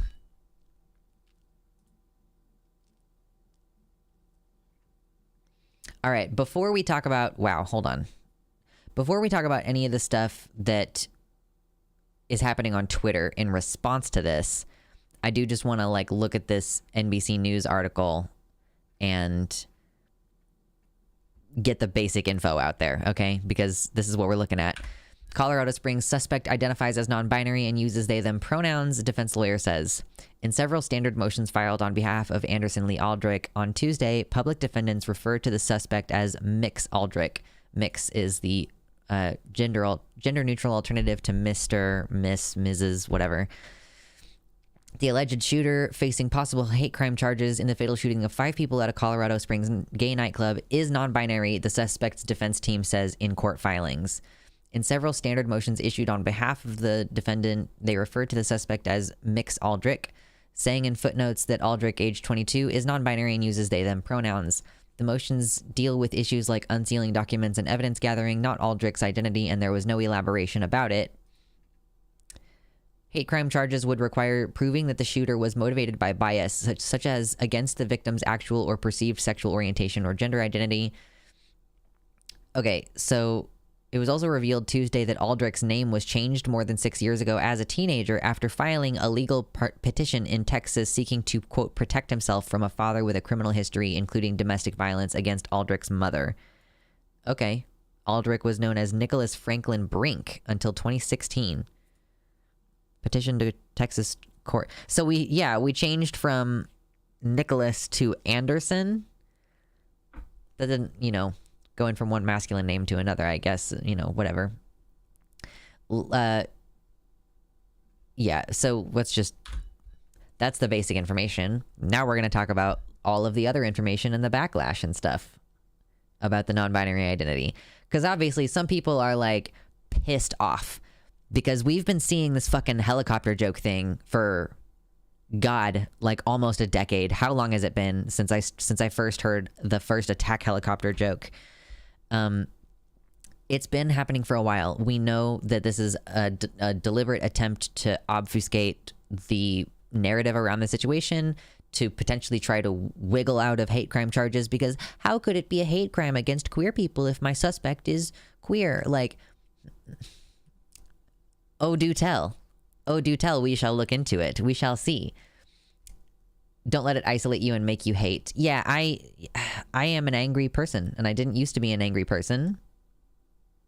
Holy shit. Mephistopheles says he went to my high school in Texas? Really? You knew this person? Literally got told that... I was a senior... when they were a freshman. Okay, so you didn't, like, know this person. That's crazy, though. It's a small world. It messes with me. I probably walked by him at some point, and he would shoot me dead for simply existing. Yeah. Your anger is a gift. Anger is a gift, but I really resonate with what Abigail said in her most recent video as of this stream, where she said that her struggle with the NHS in Britain there had wasted her goodness and, like, made her feel worse about other people in the world. I'm like, yeah, I feel like those things have happened to me as well, but not much you can do. Okay, let's see. All indications from people who knew the shooter were that he was violent and homophobic. The identification as non-binary is almost certainly a troll. From the Daily Beast, gun-crazed Colorado club shooting suspect used anti-gay slurs, says the neighbor. The neighbor says there would be times where he and his mom would get into fights, arguments, because he would be saying hateful things about whoever he was angry with. He said things sometimes that probably should have been alarming to me. He used the term faggot a lot. Most of the time it came from a place of anger. So, we're not talking about someone who is, like, self-identifying as a fag. Like some disgusting degenerates in this chat. Let's see. So Matt Walsh has been quite silly about this. So the Post Millennial says, breaking Colorado club Q shooting suspect is non-binary, uses they them pronouns, say the attorneys.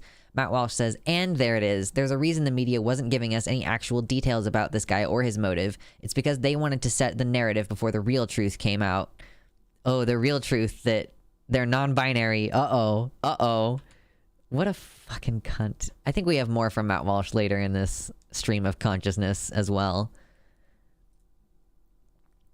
This person says, the Colorado shooter isn't non-binary. The Colorado shooter is a channer. This is just the next step of Operation Pridefall, where he knows he can muddy the waters by saying this shit. I'm not playing the game. I'm gonna, like, lay out some more of these responses before I give my really, like, official opinion about this. Although I did tweet about it. Some of you may have already seen my opinions on this.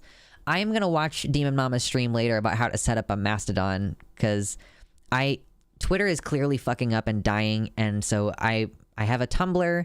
You can get the link to that in the description on the YouTube page. But Twitter might be dying, and I'm trying to find an alternate platform where I can still get news and find out what's going on within my community. Anyway.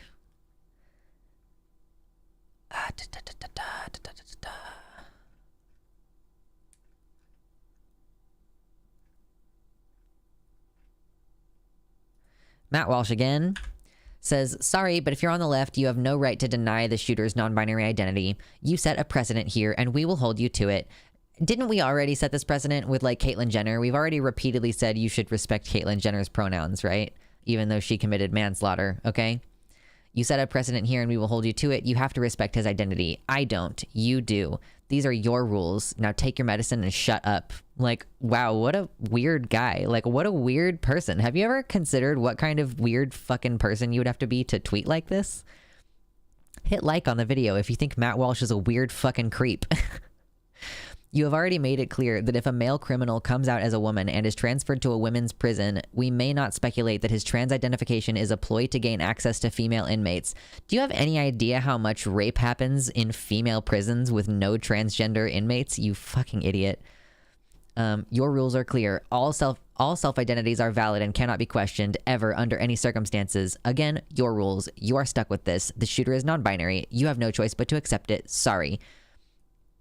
I'm going to talk a little bit in a minute about the you can never question. Like, to be clear, yes, the genderqueers have that opinion of, like, you should never question, whatever. I don't personally share that view, if I'm going to be completely honest. But hold on. The shooter's pronouns are they, them, according to public defenders. However, this comes as reports claim that the shooter had a history of threatening violence, a video where they refer to themselves as your boy, and a history of angry right-wing anti-LGBT rhetoric. If the shooter does use they, them pronouns, it doesn't look like any family or friends knew about it. It has been suggested that this pronoun news is a troll by the shooter or a tactic by lawyers. Not sure this changes much. Feeling compelled to say, despite what is being reported, the answer to what the shooter's identity is, it will be in question for a while, and regardless, the detective work over it is pointless and potentially offensive. Oh yeah, this is What the Trans. I forgot who What the Trans was. I remember What the Trans. They came up a while ago asking, why do queer people like Vosh, if I recall. Okay, so here's another little video. We got another little video. The shooter called himself your boy in a video when arrested in 2021. He uses homophobic slurs often, according to his neighbor, quote, in a very hateful way. His last-minute parting shot claiming he's non-binary is not in good faith. This just proves he's one of Matt Walsh's own. Oh, come on. This is your boy. I've got the fucking shitheads outside. Look at that. They got a beat on me. You see that right there? Fucking shitheads got their fucking rifles out. If they breach, I'm gonna fucking blow it to holy hell. So, go ahead and come on in, boys. Let's fucking see it! Did he call himself your boy? I missed that. I was so distracted during that video by all of them moving around. When is this video from? That was, I think, it was in 2021. He was arrested over a bomb threat or something along those lines, if I can recall. Matt Walsh is a weirdo in every way. He thinks it's okay for children 13 years old and younger to be forced to have babies. Yeah, Matt Walsh is such a creepy little freak. Anyway, let's see. Yeah, we have the homophobic slurs. Aaron says, people's good faith identities should be respected. It's not good faith for a mass murderer to claim a non-binary identity after using homophobic slurs for years and acting like a Proud Boy on a live stream about his bomb-making attempt. Okay, let me see. Is there anything else? Oh yeah, let's go ahead and watch this video about the Colorado shooter's dad on finding out that his kid murdered people. All right. Hold on, let me make sure the volume is all good. The gay bar. There was a shooting involving, multiple people. Right. And then later on to find it's the gay bar. Yeah, right. And I was like, oh my God, is he gay? As a scared, oh my God, shit, is he gay?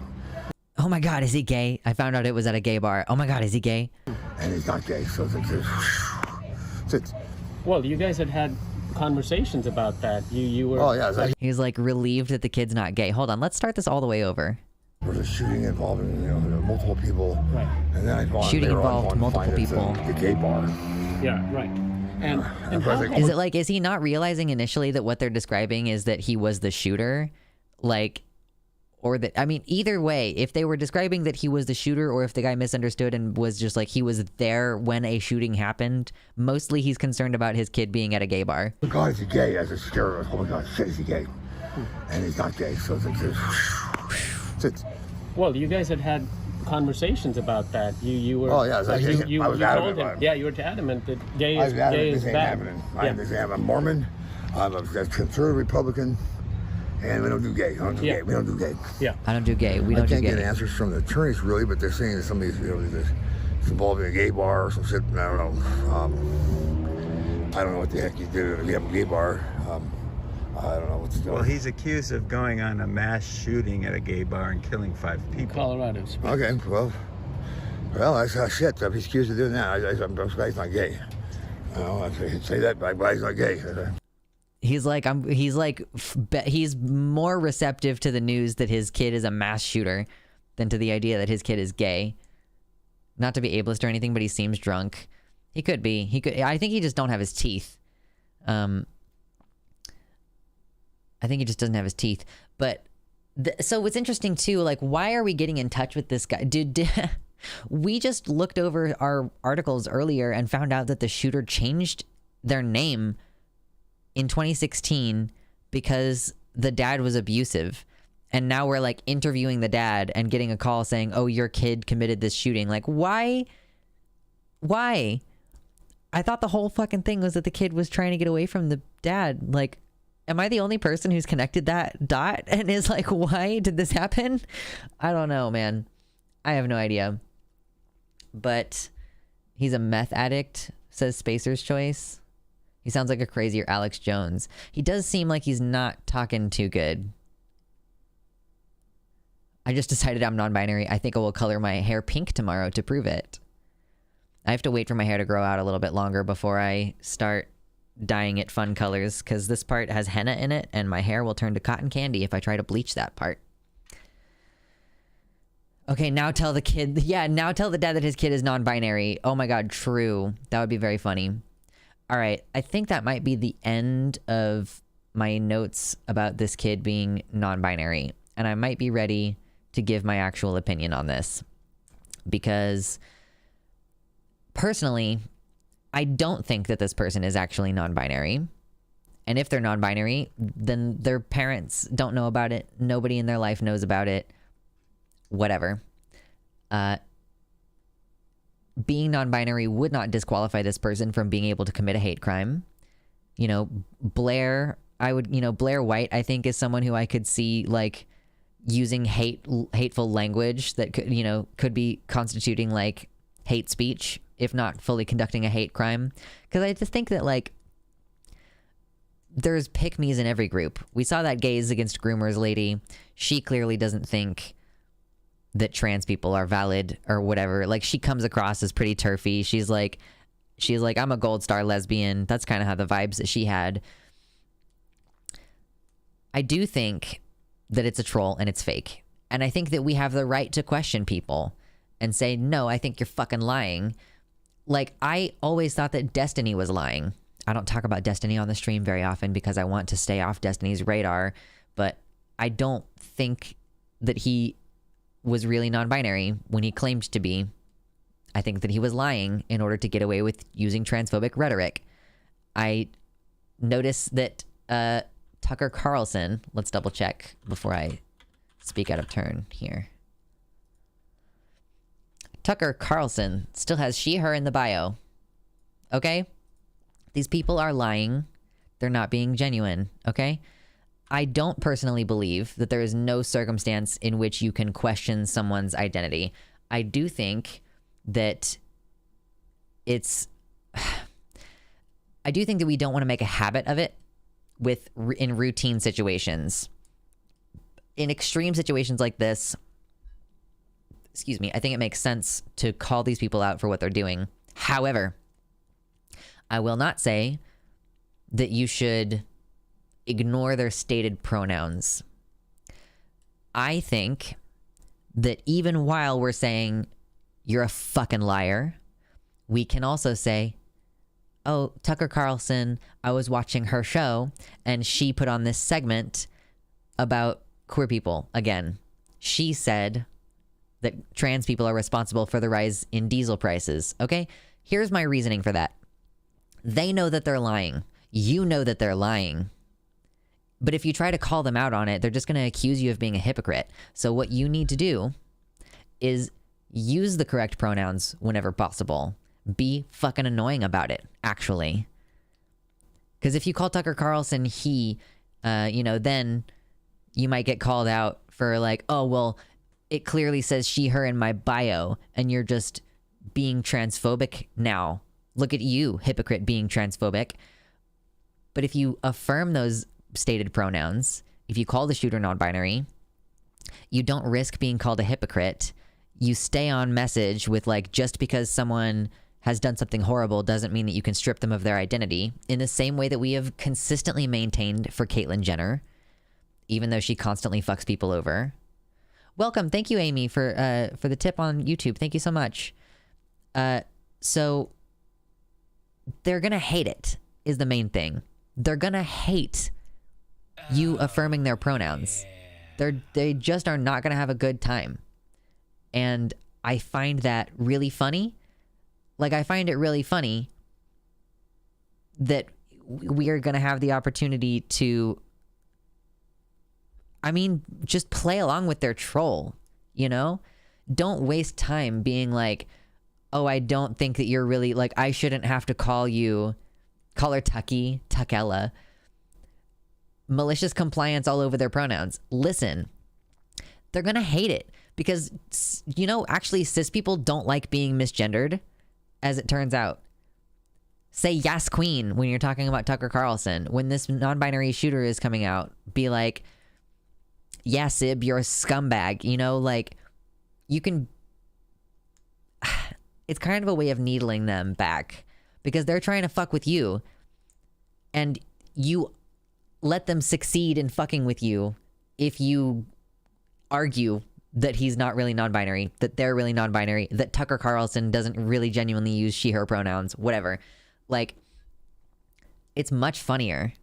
Do you not agree that it's much funnier to just be like, girl, oh my god, Tucker accidentally force-femming herself? True.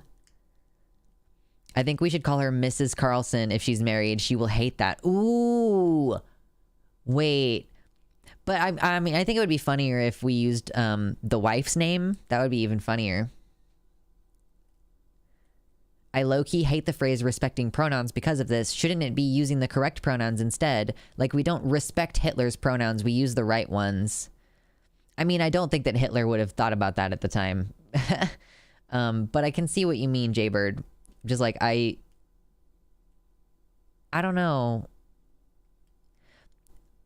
I think in this instance, we are not using the correct pronouns. We are respecting stated pronouns. Like, that's what I'm advocating for in this instance. Like, what I'm advocating for in this instance is malicious compliance. I have no idea whether she's married, but using her wife's name would indeed be even better. I think that would be very, very funny. Susan? Is Tucker's wife named Susan? I feel like all of this is just a big waste of everyone's time, and I would rather watch cartoons. Yeah. It also could be considered identity fraud if someone uses non-legal pronouns and allowing non-binary they, them on X and X on a passport, enforcing it for at least 10 years minimum. I think that would be perjury. I think if you were to legally change your sex to something that you don't really identify with, then that would be perjury, maybe. Like, if you know that you're lying when you do it. In German, you're randomly gendering everything all the time. It's the same in French, y'all. Someone asked me recently how you deal with this, like, when the language has gender built in, and the answer is I don't fucking know. With difficulty, usually, is the answer. Anyhow, yeah, so conclusively, what I come down on is we should respect the pronouns. We should be fucking annoying with respecting the pronouns. Like, we should go out of our way. I even in this stream have been dancing around pronouns sometimes, where I will say the shooter instead of saying they. But I honestly think that we should just lean in. I think that we should do it really hard. I think we should lean in so hard and make them suffer for trying to weaponize our goodness against us. Don't you think? All right. I need to take a little bit of just like a talking breather for a second. If you're here, there's 100 viewers. Wow. We are into this stream today, y'all. This is incredible.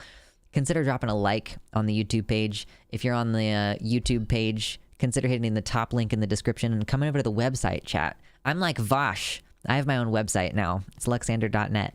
Ooh, baby. Consider sending me $5 if you've enjoyed some of this coverage over here, all right? If you send me $5 through the website on a subscription, then you can get access to the special Dix emoji. Thank you. This is my job, okay? The E ending is used a lot as a neutral in Spanish. I have heard that. Instead of Latino or Latina, Latine with an E sound. I've heard that before. Later, Mickey. Thank you. Someone should correct Mrs. Carlson when she says she follows traditional values and tell her that she's not being ladylike. Her conduct is unbecoming of a lady. True. The suits are unbecoming of a lady. Hey, Star Panda. Welcome in. I think it's difficult for me because I expect at least an air of sincerity to someone's self-ID. Like, yeah, there's an obvious time when it's clear that people are lying. Like I was saying earlier, Destiny was clearly lying. Tucker Carlson is clearly lying about preferring she, her pronouns, which is what is listed on Twitter. And I think it's okay to call that out, but I also just think that you should simultaneously be aggressively affirming, you know? Like, I just think that it would piss them off more. And that's what I want to do, is I want to ridicule them and ruin their day. Hope you're doing well. I'm doing pretty okay. I'm going to be moving basically like by the time it's this time next week, I'm going to be balls deep in boxes. So if you all are willing to help cover the fact that I'm going to be off work for part of next week, that would be helpful. Like, I'm not going to stream. I'm going to skip a couple of streams coming up so that I can get my new place set up, get my new office set up. Oh my God. It's going to be so great. How many balls? So many balls. I'm surrounded by dicks. I know. Yeah, I'm going to be balls deep in boxes. I'm going to be all the way in. No, just the tip on this one. I should get some of those, like, those play pit balls. That would be fun. Actually sounds like a nightmare. I don't want that. Oh my God. Just the tip. Full homo.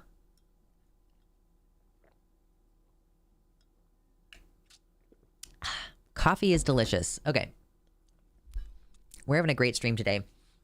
While I am now more or less done talking about the Club Q shooter, we still have more news to cover today. Okay? We are going to be covering... The other main item that I had was talking about the refugee crisis that we're going to be currently experiencing within the United States, because we have a number of states that are making trans healthcare illegal for youths, and we want to protect them. And so some of these people are like leaving the states that they live in, some of the states that they were born in, and moving toward states that have sanctuary laws and stuff, you know? I've been off caffeine and ADHD meds this weekend, and it sucks. I want stimulants. I have an appointment this week to get back on Adderall, and I'm so fucking excited. I can't wait to be back on stimulants. Coffee is delicious. I put marshmallows in my coffee this morning. Sometimes I'll do whipped cream on top of my coffee just because I'm like, I want more. Fill your room with ball pit balls. I dare you. No, that sounds terrible. Drugs. True. True. We enjoy some caffeine here. Emily, who's disgusting? What are you talking about? Moving on to gayer pastures. I need to get tested for ADHD, but I keep forgetting That should be like part of the diagnostic crisis, like criteria. Like how long did it take you to get to the point where you're actually here doing the test? I used to do drugs. I still do, but I used to too. That's funny, Corpse Candy. I'm on caffeine and Adderall right now, and I'm 3.5 miles into a 6-mile walk. You are really pumping it out, Meth. I drink instant decaf coffee. Oh, Wellington. I'm on decaf, but I use Dunkin' Donuts brand decaf coffee. And I just brew it normal, you know? International trade should be postponed for states that are doing genocidal activities toward any group/minority. One thing that I do want to see happening is I want to see businesses pulling out of states that are doing this. You know, like, I was really annoyed that they were probably too deep in the planning to change it, I guess. But like Good Mythical Morning had their Mythicon thing in Texas. And I was like, you should not be bringing, it's not Dunkin' Donuts anymore. It's just Dunkin'. Oh God, I need to be ideologically consistent. Dunkin'. But I was really disappointed that they were like, we're going to bring our tourism business and stuff to Texas. Like, singers and musicians should refuse to play in states where they're going to be passing these laws, and businesses should be like refusing to host events there and stuff. You shouldn't host events in Texas while they're going to be committed to restricting the access of trans kids' access to care. Demonia, thank you. As I wasn't around for a while, I needed more dicks in my life. True.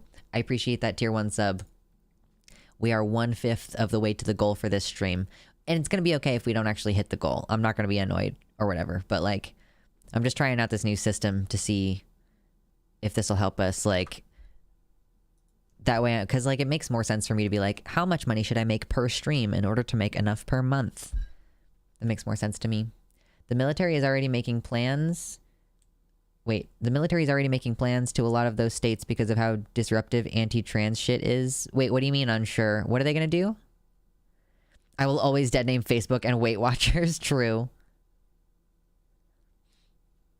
Beau of the Fifth Column has videos about how this will affect military families and military readiness. Really? Like, it has Biden, as the executive of the military, like, said we're going to be pulling out Homeland Security or like moving bases to somewhere else. Your hair is so long. Yeah, Demonia, I have it up most of the time, I guess. Yeah. And you also haven't been around for a while, but I recently cut 3 inches off of it and was like complaining about it, and then I realized, like, on stream you still can't see the bottom of my hair. Like, I cut 3 inches off, but you would not know except that I can show you. Yeah, it's long. One of the Texas bases may close over the various laws that they've passed. Oh, okay. So that's gonna, I guess it's gonna like take funding out of the state. I mean, at the very minimum, people who live on the base aren't gonna be buying groceries and stuff or whatever in the nearby Texan towns. What is that hairstyle called? I don't know, Corpse Candy. At first it started out as, hold on. So when I first did this, my hair was short. And so it was just like the warrior's wolf tail from Avatar, The Last Airbender. A little Sokka, a top knot maybe you might call it. Because my hair is short everywhere but on the top of my head. I guess you would call it a top knot. Thank y'all. I take really good care of my hair. I try to, at least. I want long hair so bad. It takes a while to get there. And you have to take care of your hair in the meantime. Do you have a meteor sword? I wish I had a meteor sword. I would love to have Sokka meteor sword. Does someone want to buy that for me? NBJ, I don't think it's an undercut, because an undercut would be like all the rest of my hair is all long and it's only like underneath one side. Because, yeah, I think that this is called a top knot for sure. Do you have any swords? I don't have any swords, actually. Sir Terry Pratchett had a meteor sword. Not gonna lie, Sokka was hot when he let his hair down for Suki. I don't think the middle part looks good, my personal opinion. I believe it's Sokka. Oh my god, Star Panda. There is no movie in Ba Sing Se. I need to cut a foot off of my hair. Oh my gosh. Become a blacksmith. I wish. I'm about to move into an apartment. I'm like not in a phase of my life where I can have a forge. I do have 2 like blacksmiths that I know, at least 2. I might know more blacksmiths actually. I would like to have a nice dagger. We actually, at the Renaissance Festival this year, made friends with one of the previous winners of Forged in Fire. Is that what it's called? The show? Yeah, I actually know 3 blacksmiths now that I think of it. Because I go to the Renaissance Festival near me every year. And this year we just kind of accidentally made friends with one of the winners of Forged in Fire, Forged in Flame, whatever the show's called. And he makes, like, he's got this one really, like, chunky bladed like dagger that I fucking really want so badly. I don't know what I would use it for. I just want it, which is why I didn't get one, because it was $300. I'm like, I respect your craftsmanship, but I don't have $300 to just spend on something I want right now. I'm saving that money so that I can survive this winter, okay? I had a friend with butt-length hair who told the hairdresser to take the worn bits off, and she walked out with a bob. Oh my god. She wanted a trim, and she walked out with a bob. I would fucking sue. Oh my god, this is why I don't go to have my hair... Top knot is when you tie it up in a knot on top of your head, regardless of how it's cut. I don't think so, Enbei.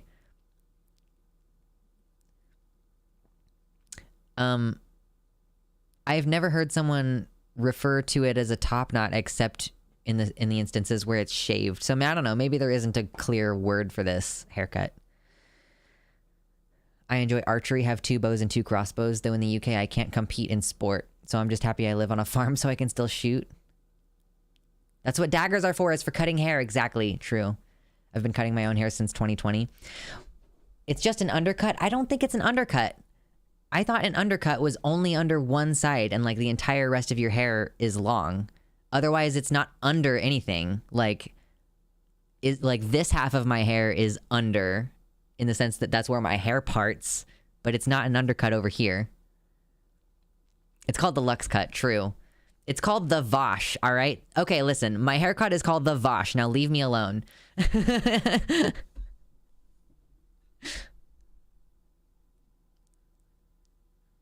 I know like 10 people with this haircut and they all call it an undercut. What is it under?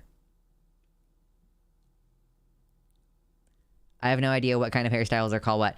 Listen, my haircut is called the Vosh. End of discussion. Hey, Andrew in the YouTube chat. Hope the ISOs are doing well. They're doing so well. It's under your mom. Fuck you, Max. Yeah, my ISOs are doing very well. They're enjoying the pumpkin that I've given them recently. I squirted some water in there so they've got their moisture back to where it needs to be at. They're doing good. When your hair is loose, it's totally under. It's only under on one side. Like when I think of an undercut, I think of like someone who has long hair. All of their hair is long. And then when they go get an undercut, they like cut underneath one side, and it's so that can be hidden under their hair. Like my hair is not, like my undercut, quote unquote, is not under in the sense that it's hidden. I refuse to call my haircut the Vosh, and my haircut is nearly the same as yours. Too bad. Too bad. It's called the Vosh. Even though Vosh doesn't have his hair anymore.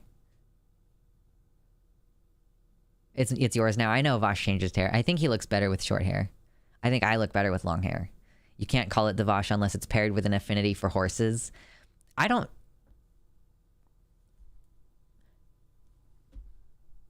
So I don't know that I have a specific thing for horses. I'm trying to think back to the Pokemon Smash or Pass, because we for sure said Smash on Tauros, but I don't think that's the same as being into horses, you know? Because if we're like, listen, Tauros, come on. Tauros can get it, right? Not gonna lie, I kind of love the Fash haircut, with those connotations removed. Do you like this shaved head? Taurus is a bovine, not a horse. I know, that's what I'm saying. I know it's a bull. No swords, I'd probably seriously hurt myself if I got a sword. You just gotta be careful, you know? My haircut was an undercut, and then I got facial feminization surgery, and what was on the side is now in front, and the undercut side is significantly different too. I think I might get bangs next cut. Wait, so is it because they moved your scalp down, and so now your hair is like literally in a physically different place than it used to be? That's kind of cool. Going to the barbers with only one thing in mind, the most problematic haircut of them all, the Vosh. Oh, wow, that's crazy. Don't know who my... Oh, don't know who my OO. Oh, my gosh. I didn't even look at your username. Hi. I'm sorry I'm terrible at responding to DMs. I promise you it's nothing personal. Toros is my dad. Just kidding. My dad is dead. Star Panda, what the fuck? Oh, my gosh. Yeah, that's crazy, though. Amy, right? It's Amy? Yeah, no. It's all good. It's been a crazy week, for sure. You know the samurai hair that's the top of the head shaved with the sides and back long and tied into a ponytail? That's a top knot? I guess I have like an inverse top knot. Because it's like my hair is all long on the top and then all like short around this. So do I have the inverse of a top knot? It's a bottom knot. Listen, she's verse, okay? You want to smash Tauros, though? Seems dangerous. It does, especially now. Oh my god. I didn't even talk about Pokemon at all, but it's fine. I don't need to go into any details. I just want you to know that I've played like 15 hours of Pokemon this weekend. My partner got a copy of Violet and Scarlet, and he was not going to open Scarlet, but then I guess he decided to give it to me, and then he's going to buy a different copy of Scarlet. I've played like 15 hours of Pokemon. I haven't played Pokemon in fucking 13 years, maybe longer. I have no idea. I played Pokemon back in like either Diamond or Pearl, and I can't remember what that was, and it was on the DS. So the game is very different now. But the Tauros is like rush you and attack you. And I'm like, motherfucker, get out of here. My hair is all long on the top and long on the sides, and the knot doesn't exist. What's that called? Long top. True. If not on top of head is top knot. All right, Envy. Oh, gosh. Silver was my last game. I played Silver back in the day. Bouffalant Smasher Pass. What the fuck is that?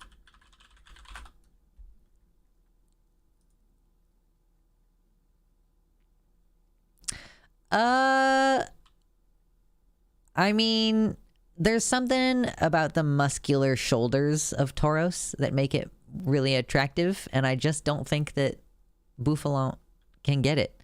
I just don't think that it can get it. Unfortunate. That's gonna be a pass from me.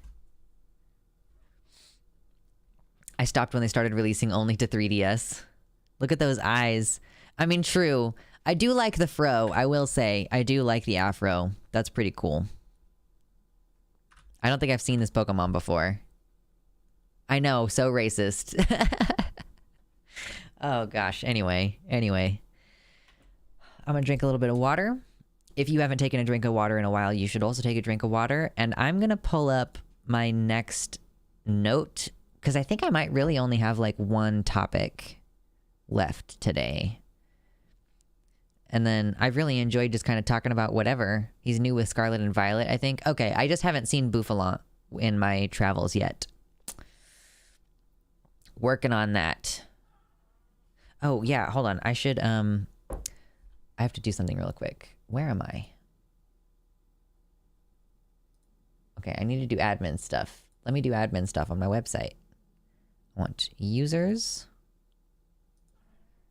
Ooh.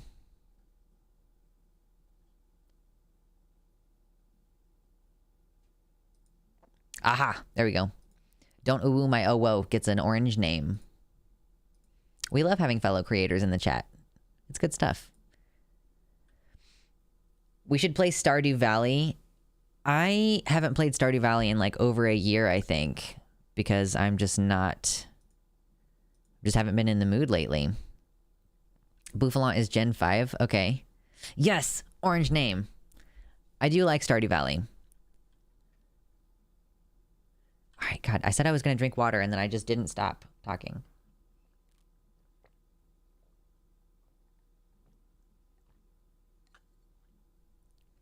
Bleh. Orange name. Hi, baby. Do you want to say hi to the stream really quick? Hi. We're not going to have the ability to do this. We're only going to have like 2 more streams where we can do this. Come here. Hi, baby. Hi.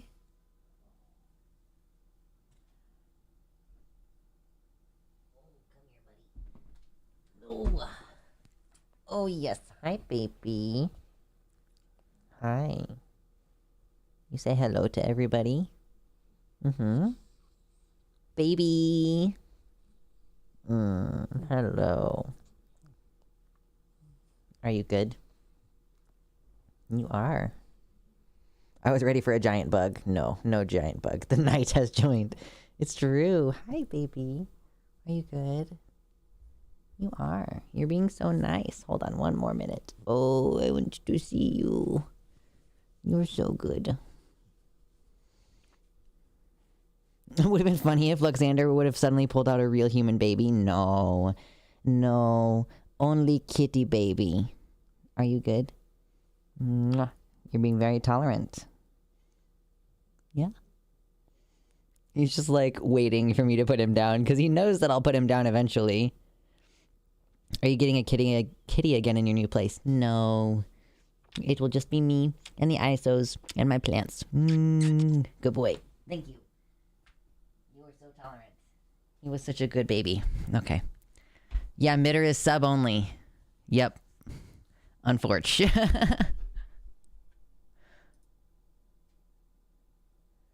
Okay. Excuse me. Oh, there we go. That's where the burp came from.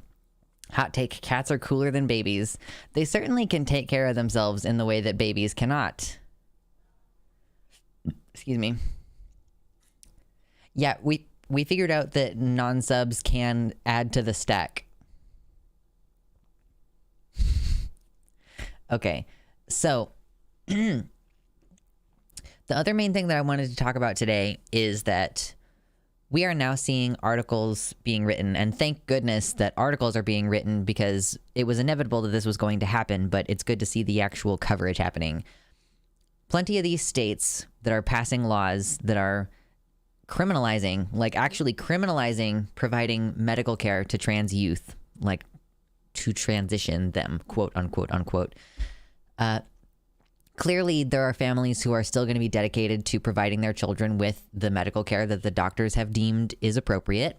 So we're seeing families just kind of have to pick up and leave places like Florida, places like Texas, and go to states where it's safer and they have more access. Now, one of the things that's good that we're seeing is that some states are passing specific sanctuary laws, meaning that if the state of Texas for some reason tries to pursue you and say, hey, you are providing this care, you left our state specifically so that you could get it, and you were doing it here, so it's illegal, and like we want you to be kicked out of California and sent back to Texas so that we can prosecute you. California has a law that has passed now, I believe, that says, fuck you, Texas, and every other state that does this. We are a sanctuary state. We do not acknowledge subpoenas for you trying to come after these people for these specific things. Like, we just don't acknowledge your subpoenas. So that's cool. But yeah, we're basically having an internal refugee crisis beginning now, where, you know, it's even further polarizing things, where rural areas are cracking down on this, and like most queer people who can afford to leave want to leave anyway, but you're just like forcing them out more and more. Is it possible for cities to pass sanctuary ordinances? I'm not sure. I don't actually think so. It sort of depends on whether some states have laws that specifically say municipalities cannot set laws that are overriding the state law.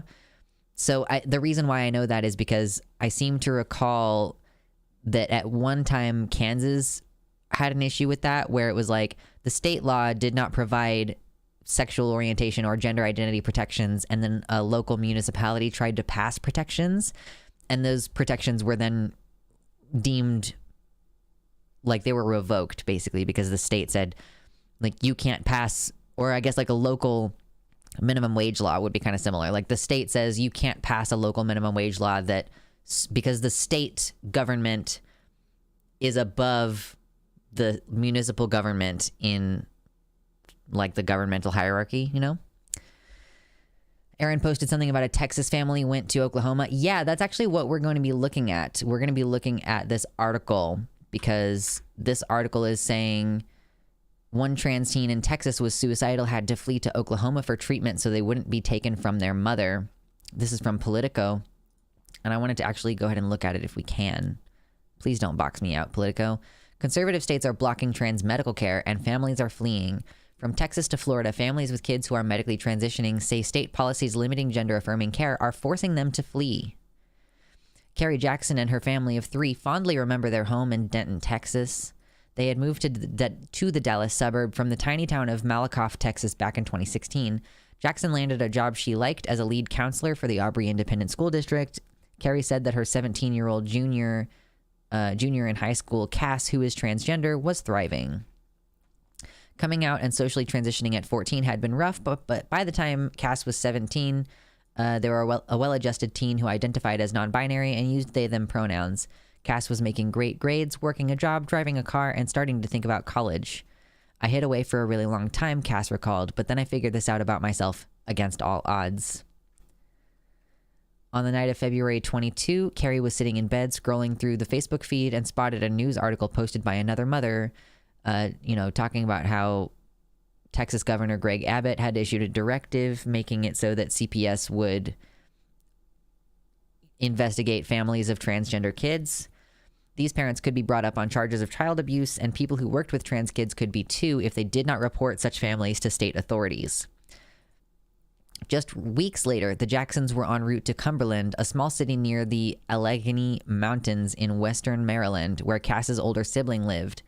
Cass's sibling, Bug, cute, is also transgender and would provide a new home for Cass, their mother, and their other sister. Unemployed and without a plan, the family felt their only option was to flee to a state they had never intended to leave. They were leaving their home. The Jacksons are not the only family that has left Texas since this directive. This is part of a larger exodus of families with trans children from states that have implemented laws and policies clamping down on their access to health care, according to political interviews with more than a dozen transgender teens and adults and their family members. The fight over access to gender-affirming medical care for trans youths, such as the fight over abortion rights and other issues at the intersection of health, politics, gender, culture, and race, is impacting where Americans want to live, work, and raise families. Obviously, this has grown particularly acute the past year as conservative governors and legislators have restricted access to medical care for gender dysphoria. Let's see.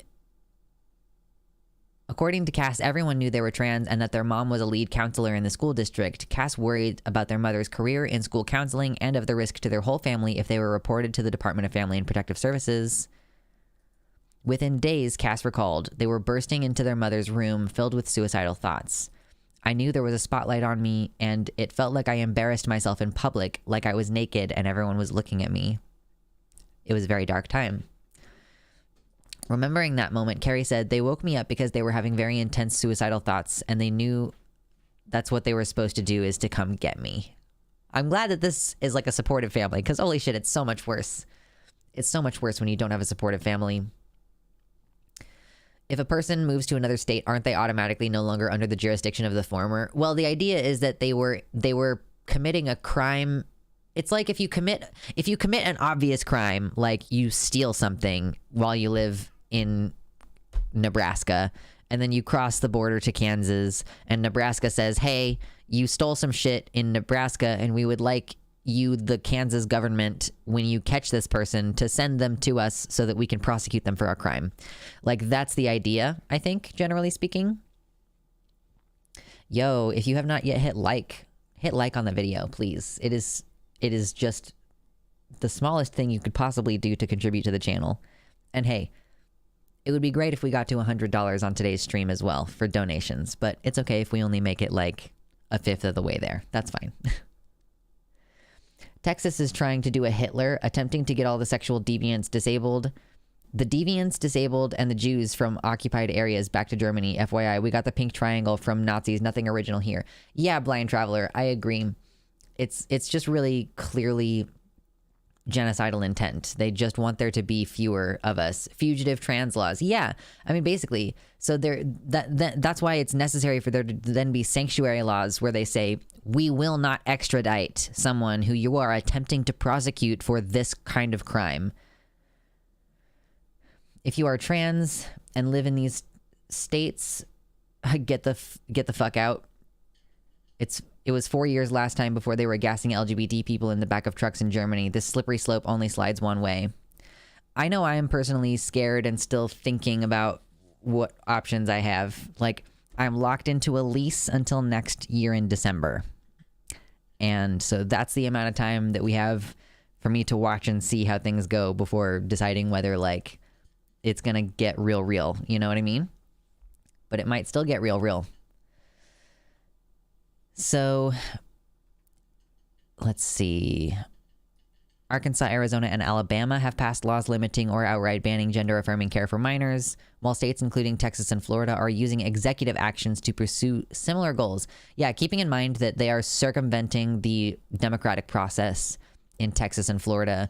Actually, in Florida, they had attempted to pass a law like this in the legislature, and they didn't.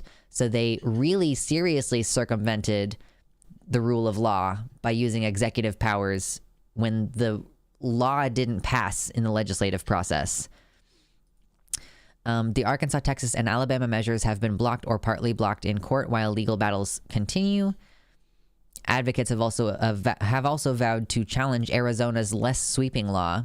Tennessee has a much narrower state law enacted in 2020, which bars hormonal treatment for, quote, prepubertal minors. But since young children generally don't receive that care, experts said it doesn't actually have an impact, though some lawmakers have pushed for more comprehensive legislation blocking gender-affirming care.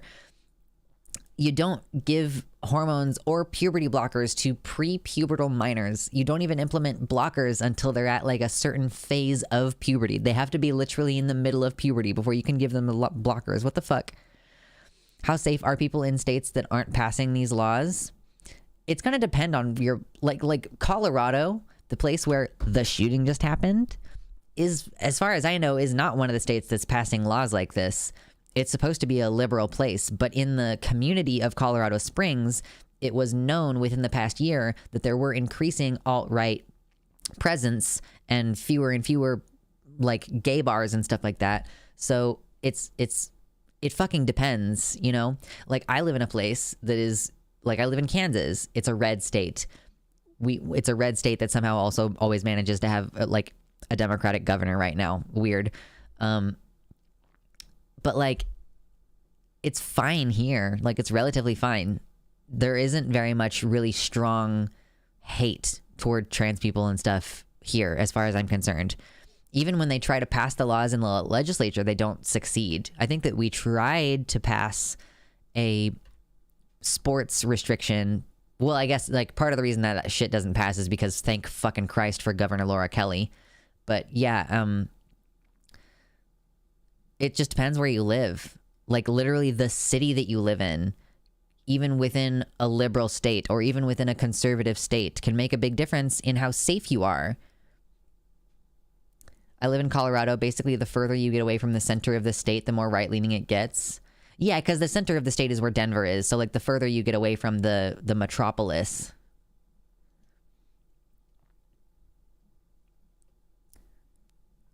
Yeah, great job, Tennessee. You outlawed something that super was not happening.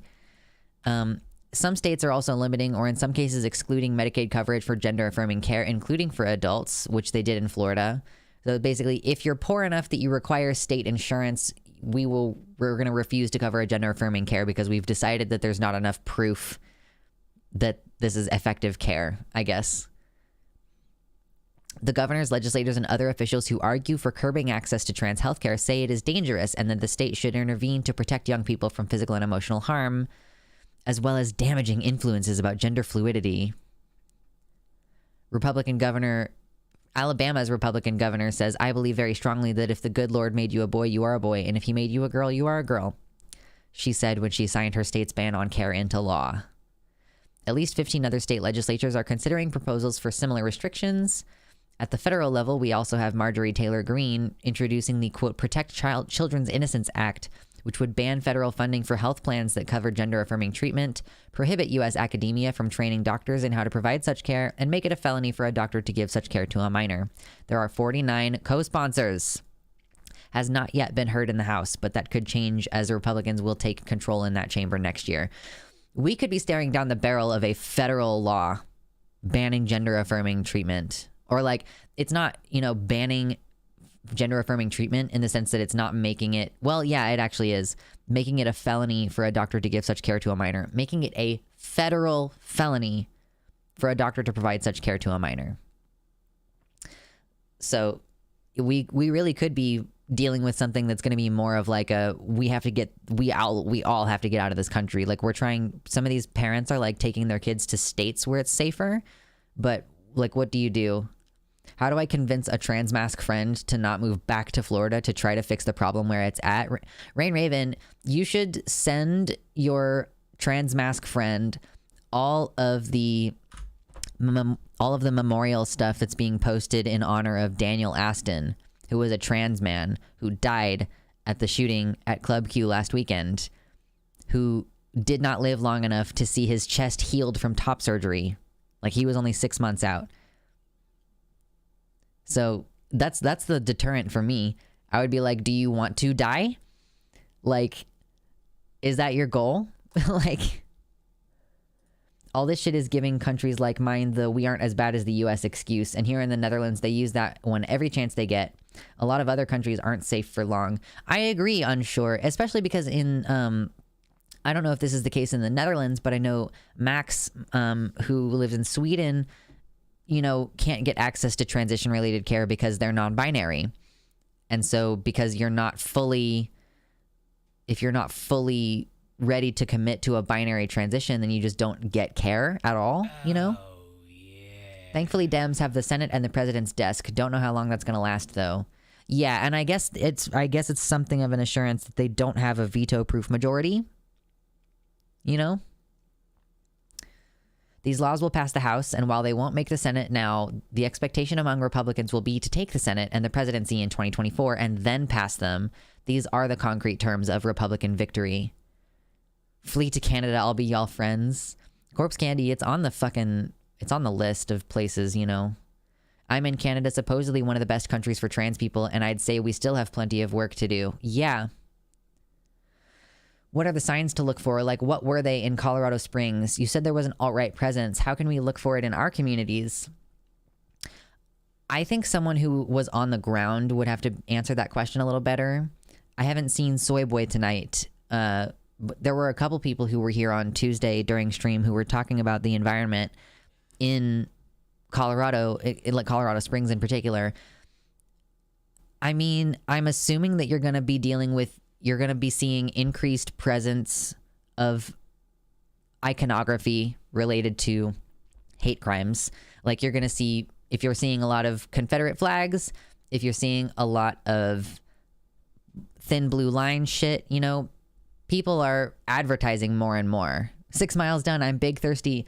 Cheers to that, Mephistopheles. Congrats on your 6 mile walk. Increased street harassment. Increased misogynistic harassment as well. Like, if you're seeing more racism, anti-Semitism, and misogyny, you can pretty readily assume that there's going to be transphobia and homophobia as well. Yes, thank you, Star Panda points it out just as I was saying it. If you see racist shit, it's safe to assume they're transphobic too. Those are going to be the kind of symbols that you're going to be looking for. And I do also think that, I mean, it would be hard for me to say because I don't go out very much, If you're hearing about counter protests outside the abortion clinic in your area, if those are receiving more influence and support than usual, that's something I would look at. 15-minute mile, you're doing great. Excuse me. If you see radical preachers, school board drama with right-wingers attending and screaming, cursing, making threats, etc. Yeah, I think it might be worth it to visit some of the churches in your area.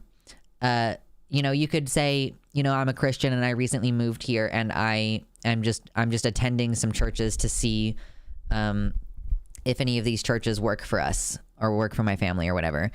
You can kind of get a feel for what they're, or I mean, you could go to their services, or you could just look up if they have any recordings of sermons on their Facebook pages or stuff like that. Getting an idea for what's being said at the churches and other gathering places in your community. So yeah, school board drama, like paying attention to local politics and stuff. I don't think I could jog 6 miles. I can barely jog 1, and I hate it. I like the walks better, though. They're two very different things. You're doing them for two totally different purposes, so. I see people with flags on their trucks, says Freya, flags on their property, and generally more in rural areas. You can be sure most of the people there are not queer-friendly. Unsure says, I've actually been seeing more and more Confederate flags over here, too, which is really weird. Yeah, did you say you're in the Netherlands? Yeah. It's so strange, isn't it? Because, like, yeah, you wouldn't expect that the Confederate flag, which is representing the southern U.S., would start being flown in the Netherlands, but it's obviously just a symbol of racism in general. I've heard the T slur and the F slur thrown around in my neighborhood. Oh, what's up, Baphomet? How's it going? Sorry, Slaps Hungry Bear says, I've heard the T slur and F slur thrown around in my neighborhood in the past year or so, and it scares me. This is the most progressive area that my partner and I have ever lived in. Wow. Speaking of Confederate flags, I grew up with them all around me, and I want to scream when they pulled the it's not hate, it's heritage bullshit. They're lying through their teeth when they say that.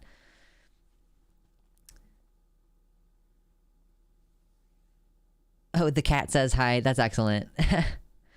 If you see a Confederate flag in Germany, run. They are Nazis. I don't doubt that at all. They're like Nazis, but they're not allowed to fly. Yeah, they're not allowed to fly the swastika, so they'll use the American version of the same thing, basically.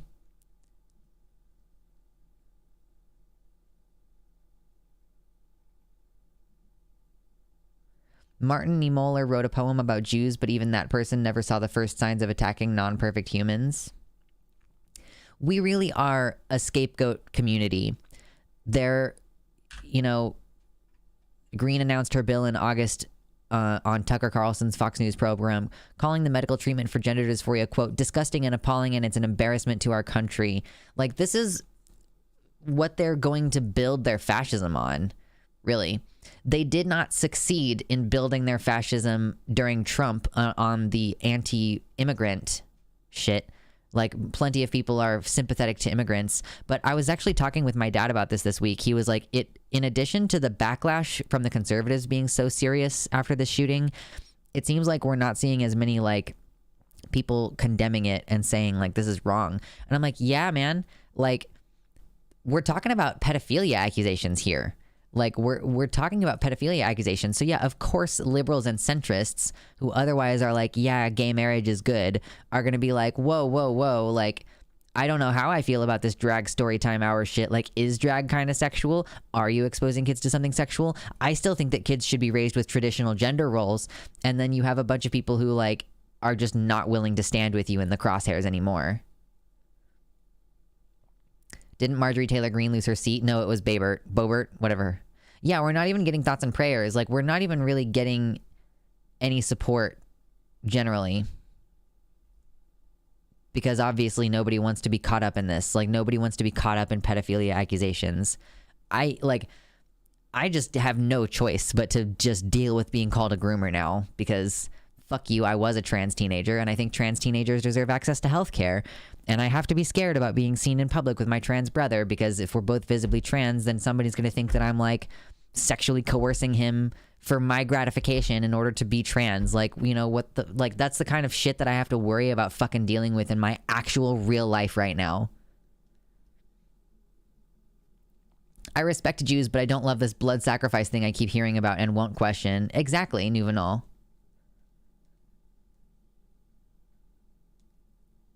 I was told that the Civil War was, quote, the war of northern aggression when I was growing up. Oh my god, Mersh. Mersh lives in Virginia and is saying that Confederate flags are a strange thing around here. There are some gay men down the road, a married couple, who have a special rainbow Confederate flag. What the fuck? That's crazy. Is there anything we can do if we're safe in our community to hold the line? I'm just trying to keep up my rhetoric and try to remain convincing and also try to remain level-headed, because one thing that I don't want to do is panic. It's not going to be healthy for me. It's also not going to be healthy for you. You should have a reasonable risk assessment. You know, I don't want you to feel like someone's going to come burn my house down tomorrow. Like, that might be true in the particular place where you live, but overall, probably not super likely, you know? Like, I can't freak out because then you'll freak out. You know what I'm trying to say? Like, I have to try to stay calm because we all need to stay calm together. We all need to be organized and plan things. Like, can we round up the fashion, send them to the sun, load them into the sun cannon? That would be great. We'll put them in the special, the astronaut suit that Elon definitely didn't kill someone by sending them into space with the truck. But like, I don't have a great answer for what you can do to help. Like, donate money if you can, provide support to other trans people, arm yourself if you can. How can we organize? I don't have a great answer for this because I'm like an island. I'm alone. Like, I'm going to be trying to visit with some friends in the spring, but for the most part, like, I don't know anyone, and so I don't have the answers for how to organize. If we can find some resources that we can vet for that, like, that's something that I'm interested in. Flies trans flag upside down to signal distress. Wait, it's always been upside down when we've always been in distress? True. I had a guy tell me he was cool with, quote, the gays because that's more natural than, quote, race mixing. Oh my god. There's a lot of shit going on in the primaries. Like, there's an anti-abortion amendment in Pennsylvania that's being voted on in an off year in a primary. We had a similar thing, Veronica, here in Kansas. It wasn't an off year. It was on the midterms, but it was during the primary for the midterms this year that Kansas voted on a constitutional amendment whether or not we were going to allow abortion to be restricted by the legislature. And we fucking said no. We said no, we like our abortion rights. Thank you very much. Almost half of all adults in my state voted to protect abortion rights, which feels big. It's a big deal. If people don't know, Canada has a law allowing asylum and refugee status based on sexual orientation and gender identity. Okay, see, I didn't know that explicitly. That must be a recent change because I looked into this recently and I don't think... Well, yeah, like... the problem with the asylum law in Canada is that it's like... If there's nowhere safe within your country, you can come here. But so long as California has a sanctuary state law, Canada won't take you. Because the whole, like, there is somewhere safe within your own country where you could go, unless you can somehow prove that it's, you know, somehow demonstrably not safe there. But yeah, basically the unfortunate thing is, like, so long as California and Connecticut and Minnesota have sanctuary state laws, you cannot go from America to Canada as an asylum seeker. You'd have to go through a normal immigration process, like a work visa or something along those lines. I remember because I looked into this earlier this year. We're thinking about leaving, okay? Unsure says, I've not been feeling safe since last week. The neighbors below me had a party where everyone was singing along with the music while replacing the words with something which means hang the gays. Oh shit, that's fucked up.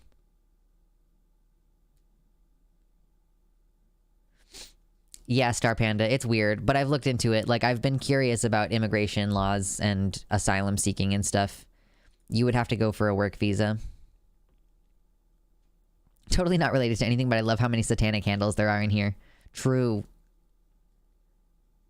Is there anybody here with satanic handles who's going to also be at Demon Mama's stream later today? Because I think she's streaming tonight. Yeah, I agree, Demonia. The Kansas Ballot Initiative was a really heartening win for bodily autonomy. It was a fucking August vote. You know, you don't think about voting in August, but we really did a lot of messaging stop the ban. It was like really effective messaging. It's not really a satanic name.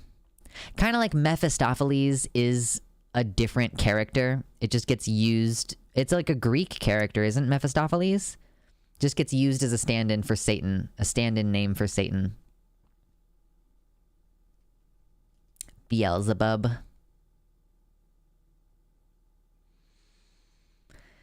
Anyway, oh my god, my voice is tired.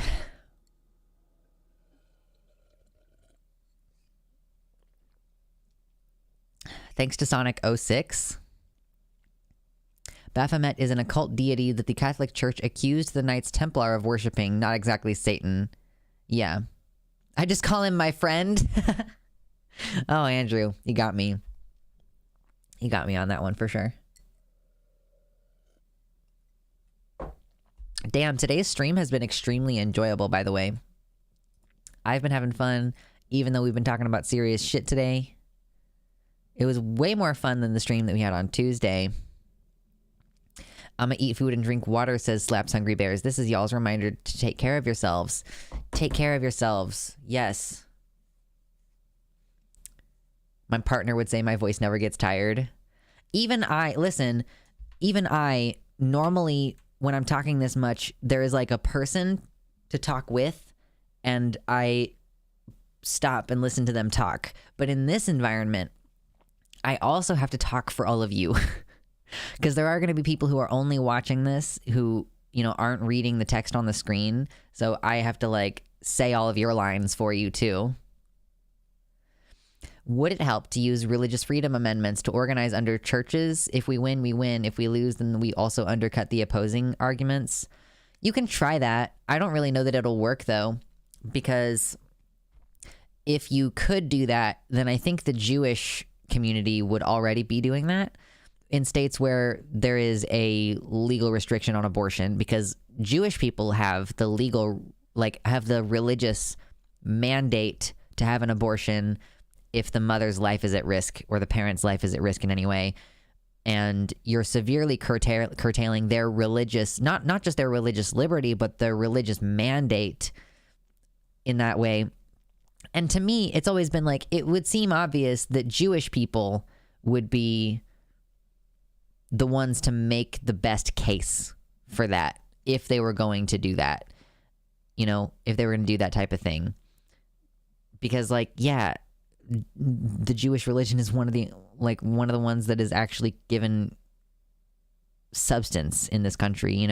It wouldn't be like the Satanic Church making that argument and people can be like, oh, well, you're not a real religion. Judaism is older than Christianity, so you can't really call that. But yeah, I don't ever see that happening. I'm not saying I don't see it ever happening. I'm saying I have not, to this point, ever seen that occurring, where people are like, yeah, the Satanic Temple is trying to do that. I just don't think the Satanic Temple is going to win.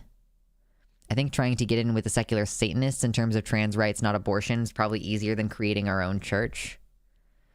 Christian nationalists don't want religious freedom or religious... they don't want religious freedom. They want religious superiority and special rights for all practical purposes. In U.S. politics. I mean, that's the fucking... At the end of the day, that's the truth of it. They don't actually care about religious freedom. It's kind of like how the Nazis and the neo-fascists that we have here in America don't actually believe in free speech.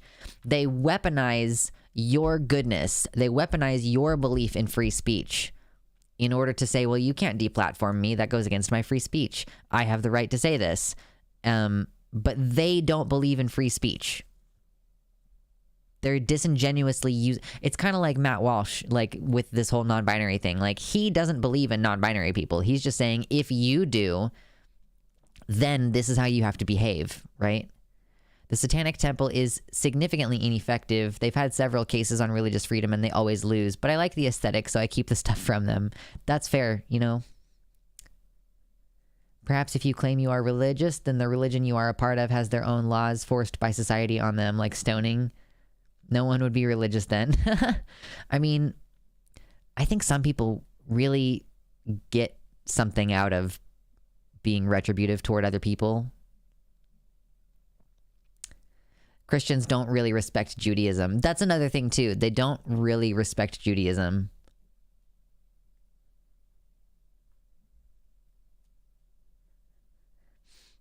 Religious freedom can be overwritten by law if it causes harm.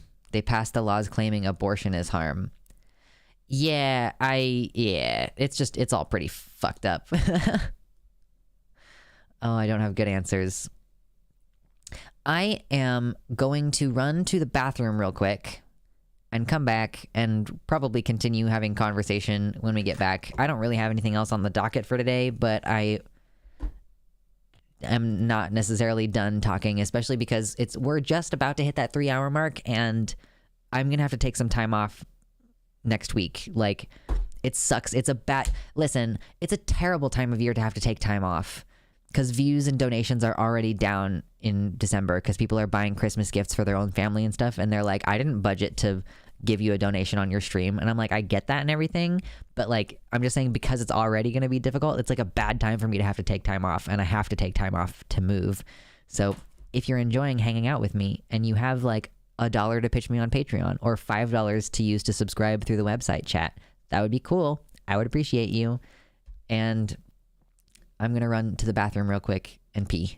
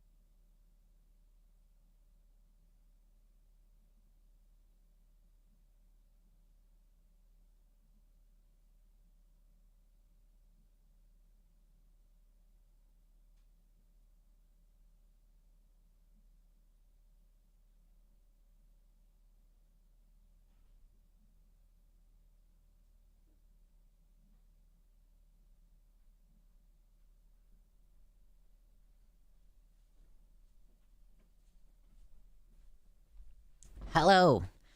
I feel like it's probably also worth mentioning that my person is sick right now. And he coughs right on cue. My person is sick right now, and I'm still sleeping in the same room for the time being. And so I am going to I'm going to hope that I don't get sick. It's apparently not COVID. We did a COVID test yesterday, but it's still, I'm just like, God, I fucking hope I don't get sick this week. It is the worst time for me to get sick right now. Don't say we're doomed. I don't think we're doomed. No. Matt Walsh just started making new videos called Deep Tweets. It's the cringiest thing I've seen this year. Oh no, Katya. Yeah, what are we seeing in the deep tweets? The children have been left unsupervised. We have one supervisor here at least. Oh my God. I'm 14 and this is deep. RSV is going around right now in Virginia. Yeah, I do think that it's a good chance. Are we hanging out? Yeah, we don't have any more serious business for today. We're going to talk about whatever comes out in chat, like, which means we might end up talking about some subject that comes up, but, you know, like, I'm done with the serious shit for today. I'm just going to hang out until I'm too tired to hang out anymore. But yeah, RSV. What does RSV even stand for? Because I keep hearing people talk about this. Respiratory... What? Syncytial?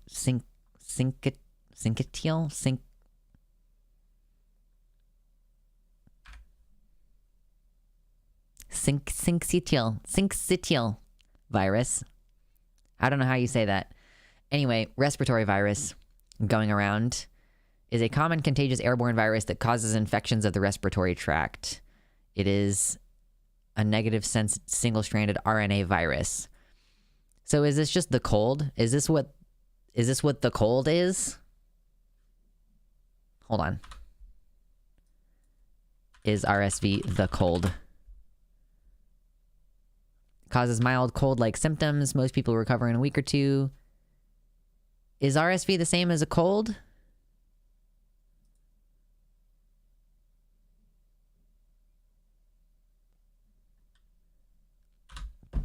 I don't know. Because I feel like a cold is something, it's like caused by something, right? All right, see ya, NBJ. Good night. Got a book, y'all? Yeah, good night.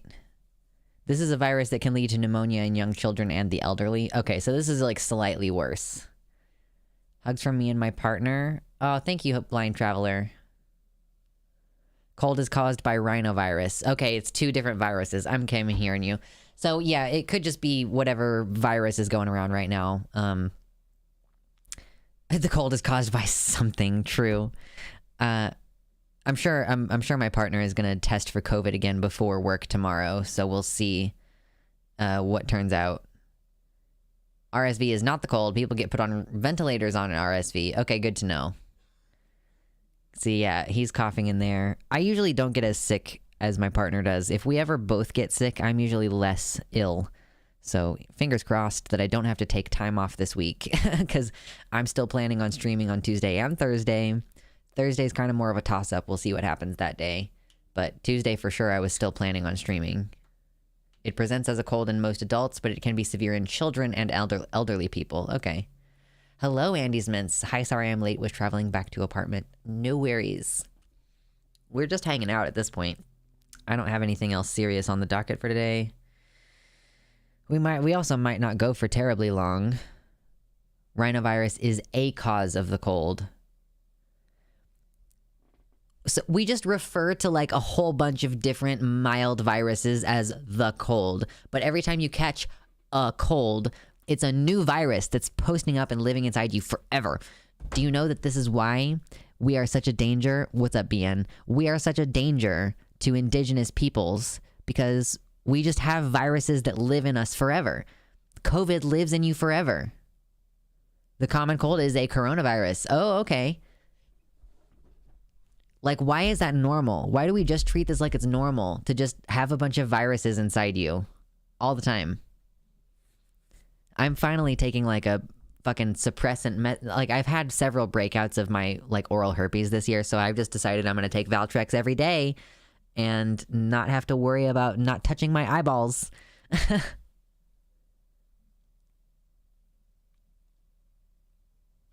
RSV is dangerous to me. Oh my gosh. I got RSV and have been coughing some for the last 3 weeks, feeling better now. I'm like, yeah, I'm more okay with catching RSV than I am with catching COVID. Coming in with the anti-disease hot takes, true. There are technically more things that cause the cold, but rhinovirus is the most common. Lots of viruses are generally referred to as cold. Regular colds can also cause pneumonia needing to be ventilated and meningitis. I had a friend die from it when we were 11 and had the cold. Wow. Common cold is a coronavirus. The common cold can be rhinovirus, norovirus, or coronavirus, and there are hundreds of each of those.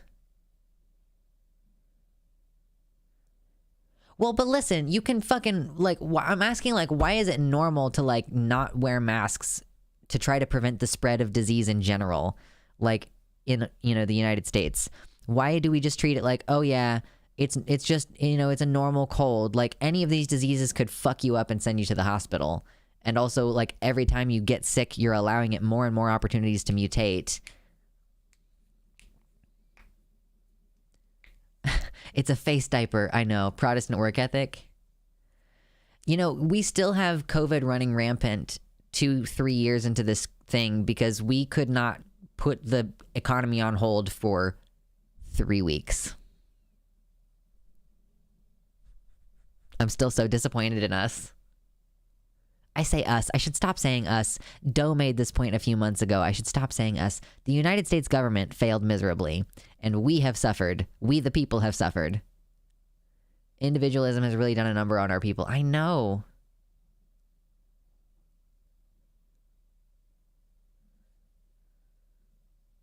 The idea that any suffering is the result of a personal failure is so deeply baked into American society.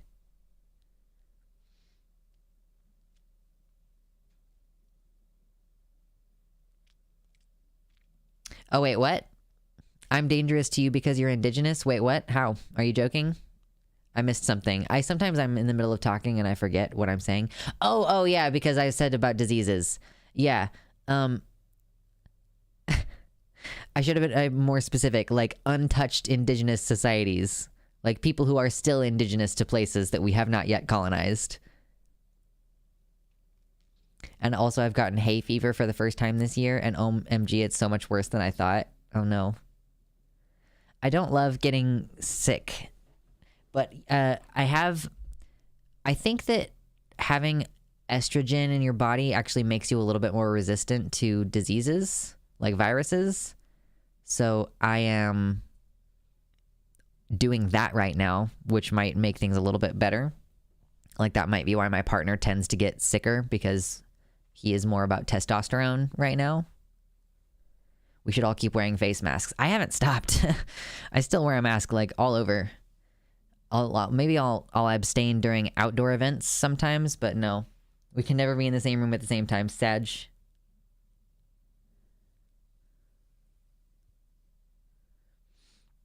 Clinics in my area don't even require employees to wear them. That's such a bummer. For the most part, healthcare providers are still doing it. But, like, I need some dental care done, and I'm actually kind of worried about it. Because I'm like, I hope that they still do. Maybe I can call and be like, hey, are you guys still doing masks for dental care? Because, like, I don't have any choice but to have my mouth open and stuff and, like, breathe the air. Are you guys going to wear masks still? Like, I hope so. Christy says, related to Club Q, I'm from Colorado Springs. I've researched Club Q for a decade, ever since learning they host twice a month, monthly men-only, quote, orgy parties. The shooter was a non-binary guy a non-binary person who was spurned at the orgy, IMHO. Wow. I went to the clinic a few weeks ago, and one of the receptionists was like, it's okay, honey, you don't need to wear that here. Okay, but I want to. This place is full of germs. Like, why would I go into the room full of sick people and be like, yeah, this is fine. I'm just going to raw dog this air. Someone tweeted recently, like, I can't believe I ever was raw dogging airport air. And I'm like, you know, that's true. Why were we ever doing that? I've played Plague Inc. before, you know? Oh my God.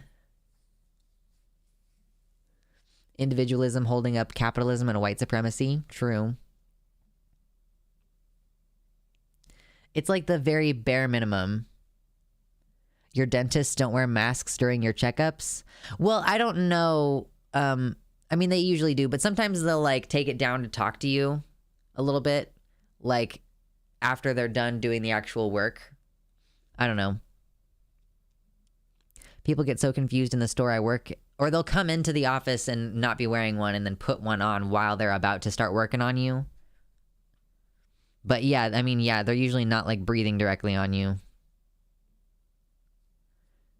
Raw dogging airport air. I know. Face masks also protect you from the you should smile more bullshit. You know, it's really easy to be perceived as whatever gender you want if you're wearing a mask and you can fuck with your voice, you know?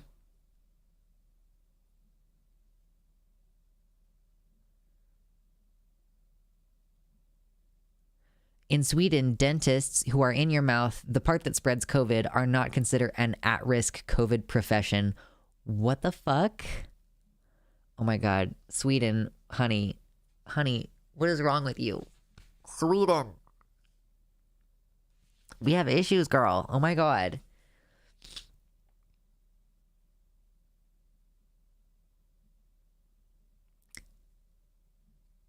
Oh yeah, I only visited for a routine visit and to get my meds changed, but like still, please wear a mask, holy hell. Yeah, I'm gonna keep masking forever. I don't know that I'll ever stop. And I'm out here with the KN95s. I don't do surgical masks. I wear a KN95 everywhere. My first mail fails were over voice. That's pretty funny. Yeah, my dad, who is a dentist, is extremely happy about this. Sarcasm. True.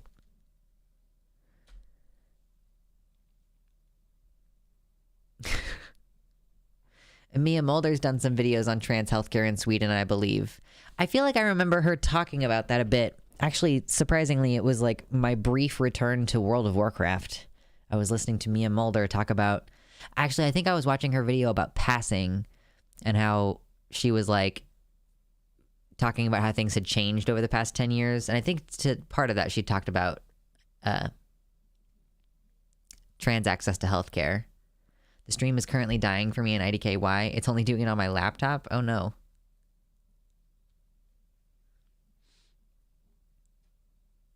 I started doing so many weird like mouth stims when we were always wearing masks, says Jaybird. I talk to myself quite a bit when I'm in stores now, like out loud, because I don't think people can, like, I feel like the sound is relatively contained within the mask. So, you know, I kind of mutter to myself and things. But I also sometimes I just speak loud enough to let people know how displeased I am by their presence. Like, if I'm in the little clearance area of the store, which is kind of a weird little corner, then like, you know, I will avoid going in there when there are other people in there. And so I go in there and start looking at stuff. And then if a bunch of people come into the little corner where I'm trying to look at the clearance section, I will out loud be like, cool, and then walk away and leave as I look around at all these people who are suddenly surrounding me in a small area. Like, to be totally clear, like, I'm wearing a mask and I can't believe that you're all crowding me in this tiny area and you couldn't just fucking wait. Like, I'll just straight up be like, cool, and then dip. Because I think people are rude, and this is why I can't work retail anymore. I don't have any problem telling people, like, this is why I shouldn't ever talk to people, because I'm gonna get in trouble. I always lip sync when I listen to music while wearing a mask. I will literally be in the grocery store, like, just going, like, just dancing along to my own little whatever's going on in my head. Or sometimes I'm listening to the radio on the actual speakers in the grocery store, and I'm like, this is my song. But I don't respect, like, I not respect. I was in the middle of reading Mephistopheles' comment there. I don't really care whether people think that I'm weird. In fact, if I think that if they think that I'm weird, they're more likely to leave me alone. So I'll dance in public and I'll sing along to the song that's on the radio in the store, like quietly within my mask space, you know. But I'm like not trying to not be seen or not be heard. I just don't care anymore. I miss early COVID when people were respecting personal space and forming orderly lines. It seems to have stopped now. Would you mind sharing your first impressions on Pokemon? Okay, Star Panda. I haven't played a Pokemon game since I was a teenager. The last time I played a Pokemon game, it was either Diamond or Pearl. I can't remember which one it was because I don't think I finished the game. And I just lost the game, for the record. I am really enjoying myself. I am not a person who will spend 15 hours doing something I am not having a fun time doing. And I think I've spent like 15 hours playing Pokemon over the past, or maybe not quite that much. The last time I checked the time, it was at like 11 or 12 hours, and then I'm pretty sure I played for longer after that. But yeah, no, I'm enjoying it a lot. I really enjoy the fact that there is a built-in experience share function, because that was not the case when I used to play it. I have not yet been introduced to any breeding mechanics or stuff like that. I'm sure that there is, but I haven't been introduced to that concept yet. I like that there's multiple different quest lines besides just the go to the gyms quest lines. Like, you've also got the Titan Pokemon and the Team Rocket-esque thing to break down. So, like, yeah, you've got two separate, or like three really separate main quest lines. And then, of course, the gym stuff ends in the Pokemon League as per usual. becoming the champion. And then, of course, there's always the passive task of filling out your Pokedex. One thing that I do wish is that first of all, I wish that the minimap could be locked. It really bothers me that there is no option to lock it to north. It always spins, and I hate that. That bothers me a lot. But besides that, the other thing about the map is that I really wish that it were more like, it would be gray in areas where you hadn't gone, and like maybe even in like within small areas of each, like, you know, unlabeled small areas of each zone, because I know that there's going to be a time later where I'm like, I can't remember if I actually fully went into every crevice of this zone. And I do wish that there was something. I also wish that there were like achievements. That would be cool too. That's something that I've gotten used to in modern games, is having achievements of like, you finished this thing, you explored this place. I guess they kind of do that with the badges, but I mean more like an achievement for exploring all of the places in this zone, an achievement for hitting all of the Pokemon centers or stuff like that. You know what I mean? Minimaps are hard for some games to get right. Minimaps and compasses. Yeah, I wish that there was an option, because you can, when you blow up the map and you're looking at the big map, it can rotate, or you can have it locked to north, south, east, west. And I don't like it when the minimap is twisting around with me. It confuses me.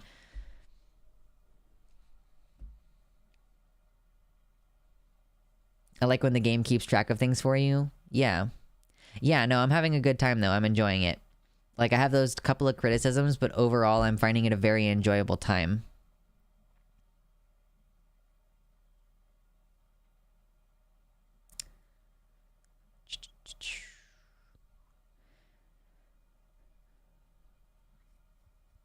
Mersh says, I make people uncomfortable somehow. They tend to leave me alone. I don't have to say or do anything. They usually tend to give me space. LOL, the more cutesy and conservative they are, the faster they leave. Don't know how I do it. You just got big dick energy. That's how you do it.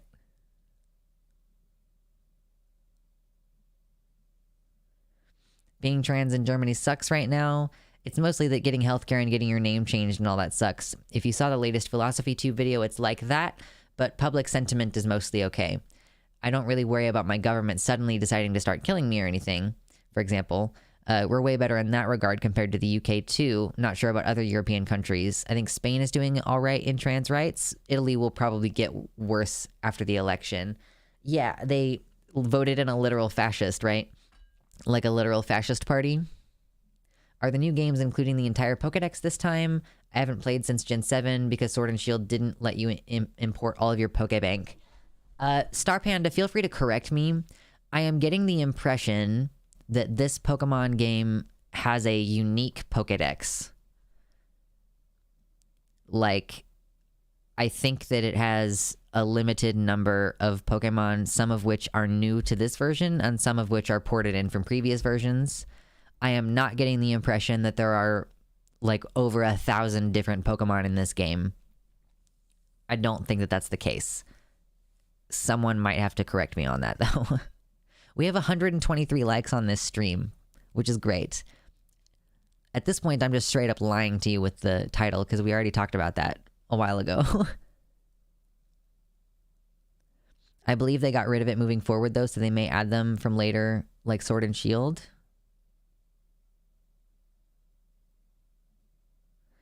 I have a trans friend in Spain. They have other problems, but they did some pretty good things for queer people there. We're going to be looking out at all these different countries to see which one is going to end up being the least fascist, I guess, toward trans people. And then maybe someday, eventually, we'll be able to move somewhere safe enough. Good grief. But yeah, without being able to apply for asylum anywhere. Because there is that red tape in place of, if there is a safe place in your country for you to live, we can't accept you for asylum. You'll just have to, it's kind of like how I'm disabled, but I would not be able to get disability if I applied for it because technically I could work. even though I wouldn't be able to function, you know? It's worth noting that the Pokedex in every game has been limited to what you can find in the region, and everything else is acquired from trading and transferring. It's been like that up until Sun Moon. IDK if it's like that in the new game. Yeah, I don't know. I find it funny that Paldea, Galar, and Kalos regions are within the same continent, but have different game mechanics, Mega Evolution, Dynamax, and Terastallization. Yeah, it's interesting. They couldn't really figure out how they wanted to do the Mega Evolution thing, I guess. Most games have a regional Pokedex, but then in the post-game, they have ways to catch more, and you can import the rest from Pokebank. Like, I remember... I mean, I haven't played very much since I was a kid, TBH. So what we're looking at from my memory is like in Silver, you could actually just physically go to the Kanto region. Like Kanto is the original. Johto is from, or sorry, no, I had it wrong. No, yeah, that's right. It was blue and red that had Kanto, and then it was silver and gold that had Johto region. And yeah, in the silver and gold, you could just physically go to Kanto. So I am not very familiar with how it was done after that point in terms of, like, I don't really remember very strongly. I know that Ruby and Emerald had like some weird functionality where you could go, you had to like trade with Fire Red and Leaf Green in order to get classic Pokemon on those files. I don't know. It's been a minute. Second gen is a sequel done right. I liked it.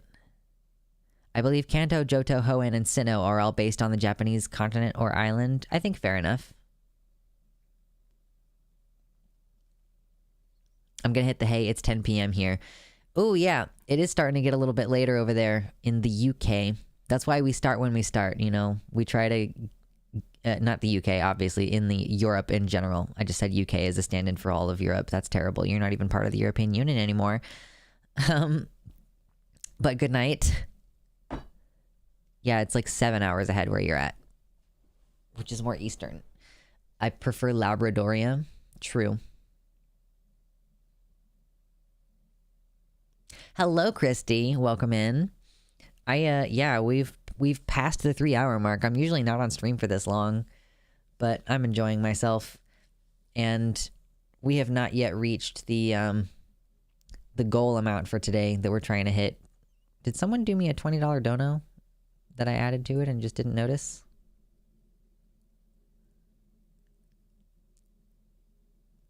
It's still showing as 20 over here, but it's showing as 40 over here. Why?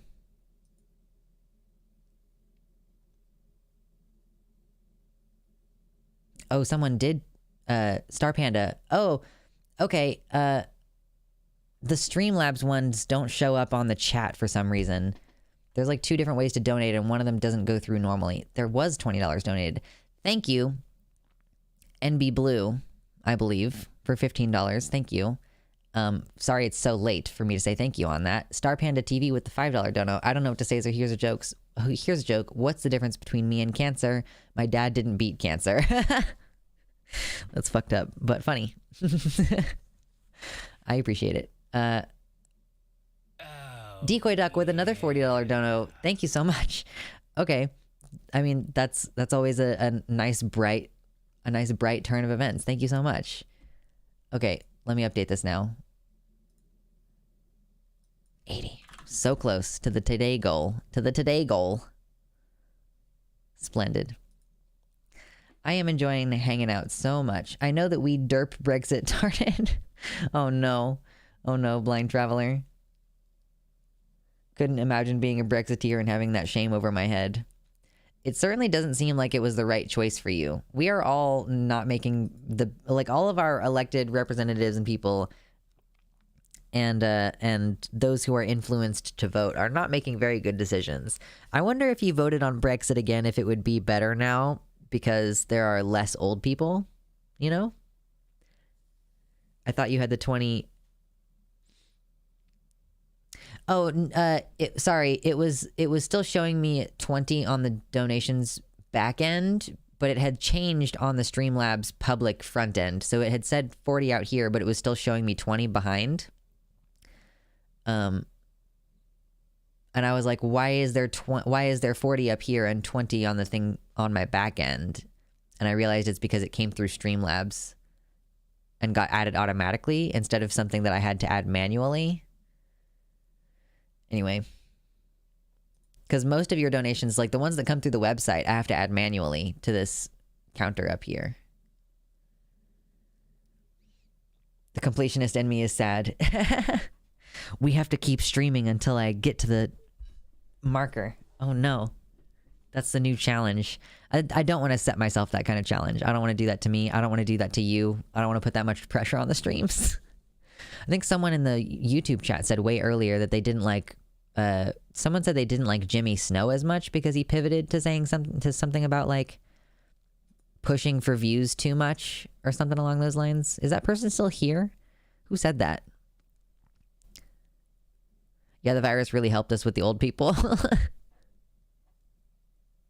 No, I did not mean that they would think differently, Blind Traveler. I was indeed making a joke about the changing population because so many old people are more conservative. I think regional variants to Pokédex makes more world building and narrative sense. I kind of like it, you know, that Tauros has a specific number in the first generation, but Tauros has a different number in this generation because it's a different fucking situation, like a different place. I do like that. The Jimmy Snow thing was in here, not on YouTube. Okay, yeah, who said that? I don't remember who it was. I literally don't know if I'll have enough time to get the things for other people, especially after Black Friday deals. I know. There are so many. I'm like looking at the Black Friday deals, but I'm also trying not to just buy shit because I want it, you know? I'm finding a lot of the stuff that I want and need by thrifting, so I'm trying not to do as much buying shit online. And also, like, I'm like, okay, I have to spend this much money on this day, and then I'm getting paid by Patreon on this day, and I need to make sure that I have enough money for food and gas and everything. In the meantime, you know, really random question, but did you watch LPS Tube as a kid? I don't know what that is, so I don't think so. Yeah, what is LPS Tube? Am I about to be filled with regret? It looks like these kind of look like little Hamtaros. That's what they look like to me. They look like Hamtaros. Littlest Pet Shop. Yeah, no, I don't know what that is. Good night, Mama Mephistopheles. See you later. And bye, Demonia. Thanks for hanging out, y'all.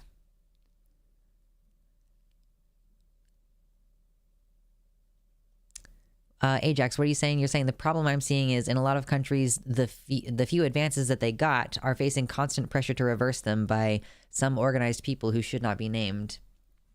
Are you talking about like the trans acceptance is like moving one step forward, two steps back? It feels like we're getting like a tiny amount of acceptance and then it's just sliding back immediately. Surprising considering they used to air so many toy commercials back in the day. I still have the little jingle stuck in my head. Littlest Pet Shop and you. Aha, Baphomet. Do you know what my secret is? I didn't have fucking cable growing up. I was too poor. Listen, this is like one of the things that makes me, even though I'm on the younger end of millennial, like I resonate way more with, I'm like on the cusp. Like I was born in 94 and sometimes people even say 94 is the start of Gen Z. Some people say it's 97 or 98 is the start of Gen Z. I don't resonate with Gen Z as much as I do with older millennials because I didn't have cable or a computer in my house that I could just dick with. Like my mom had a computer where she wrote her papers because she was in college the entire time I was growing up, but that was not my computer to play upon, okay? I didn't watch like the same commercials that other people did. I watched the same VHSs and DVDs over and over. That is what I had access to. I played outside. I did not have an iPad. I had like a shitty off-brand MP3 player when I was like 13. You know? What kind of chair do you have? I'm thinking about getting a new one. I pulled this chair out of the dumpster. I do have a chair on my main Amazon wish list, but yeah, I mean, I really no, I'm not Gen Z. That's what I'm saying, Ajax. Like some people draw the line as early as like 1992. I was born in 94. So like it depends on where you draw the line, but because I didn't have access to technology, even if you were to say that Gen Z starts in 94, like I don't have that experience of growing up in that way. 94 hype, true. Let me tell you what kind of chair I actually want, y'all. It's not gonna happen. Like, I'm not gonna get a chair like this. I just really want one.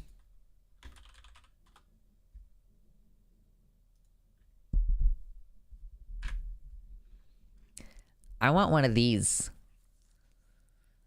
Like, because I want to be able to, because I mean, even right now, I'm literally sitting on top of my feet. Like I'm sitting, like I'm seated on my feet, and I sit cross-legged all the time. And it would be way better on my knees and my ankles if I could sit the way that I want to sit and be comfortable and not like crushing my body parts underneath me. Firstifer with the tier 1 sub. Thank you so much. I appreciate that. Enjoy your dicks. Dicks? Now we only have $15 to go. Actually, if you got more than 1 month's worth of subscription, it does not tell me until I go into the back end and look at it. So if you did donate $20 just now, you have to tell me, and then I'll put it in the thing. Okay. It looks like a piece of your back. Does it? But I mean, like, they're comfy. You know? Can you imagine, like, being able to sit on your feet without hurting your... I got a 3-month recurring sub. Okay. So that is 15. Cool. Or it's 12, I guess, because it's on sale when you do that. I donated $10 from the YouTubes. IDK if that came through. Oh, there it is. It's the partner here. I might have to get my own account soon. I hope you have safe travels. Okay. Thank you all. We have now surpassed the goal. Hell yeah. So we're at 112. Yeah, I can do math. That's cool. We made it. Thank you. Now I'm going to dip. No. No, but I really want to get a chair like this. It's just 100% not going to happen because they're $1,000. Like, to be clear, you're like, why Luxander, why can you not get a chair like this? Well, let me show you. The answer why I can't get a chair like this is that they cost $1,300. Or like, and that's for the one with wheels. You know, if you want one that's stationary, it's almost $1,600. It's just not going to happen. Stop trying to make fetch happen. It's not going to happen. It's the most sad thing in the world that I can't get one of these chairs, though. Well, thank you, Versifer. Yeah, I appreciate it. I watched Saturday morning cartoons on ABC, NBC, and CBS. I watched 1960s Star Trek, Bugs Bunny and Looney Tunes, Captain Kangaroo, Carol Burnett Show. In Search of with Leonard Nimoy and everything. Yeah. It's like those seats in expensive Korean restaurants where they make you pay a fortune to cook tiny little slivers of meat that you end up going to McDonald's afterwards.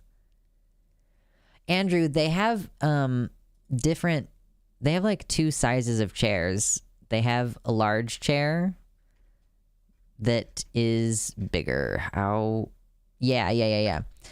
So they have the smaller one, and then they have this bigger one. Obviously, like your butt location is still pretty small, I guess, but it's like supposedly, you know, more space for your legs. I very much enjoy the chair.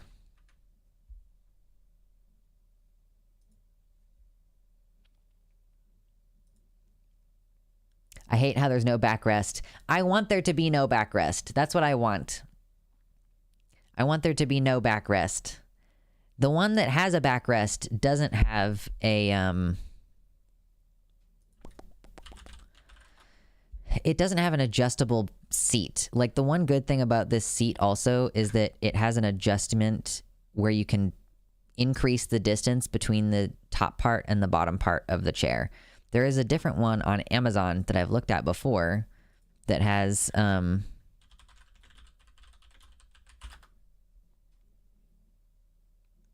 yeah,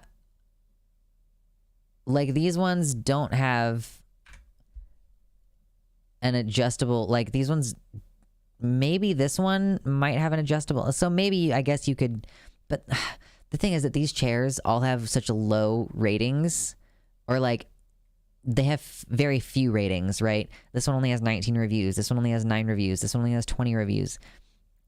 There's no real way to know if they're quality if there's only that many views. This looks like just a straight up just stole the fucking the Icaria design. But yeah, I was looking at this one recently, but the thing is that bothers me about this one is that the seat part should be underneath, like the feet part, the legs and knees part should be underneath the butt part, and I also don't want it to have a back. So that's why I don't like that one as much. I like this chair, and I want one real bad. Someday. I need to buy a bed first, though. I like to cross my legs when I sit on a chair, but then leg loses circulation and I can't cross the other leg. Yeah, that's what I'm saying. You sit up on a thing, and then your legs are underneath you, and your weight is all on the chair. Like if you're normally like your weight is all like squished, and your hips are all like squished. But if your legs could be down, then your circulation would flow better. Oh my gosh. It is such a bisexual chair, though. You're not wrong. The rollers would worry me. It looks like you could fall out of it unless the legs were stable. Yeah, I personally think I would prefer one of the stable ones, which is like $300 more. See, that's why I throw my legs over the armrest and lean on my side against the backrest. Yeah, I just have a shitty chair that I got out of the dumpster. I don't even know if you can see it. Can you see it over here on this side? Yep. Shitty chair I got out of the dumpster. I sit incorrectly. I'm expecting my back to be horrible due to craning over, and your ankles would start to hurt. But the thing is that I'm currently sitting on my ankles, and it does hurt after all day of sitting on my ankles. Like I'm putting pressure, like my ankle is down like this, and I'm applying pressure to it like this, like downward pressure, and it doesn't feel great after all day. And so it would be better if I was seating up like this, and my weight was on like my butt on the cushion, and then my legs could just be down and not bearing all the weight on my ankles,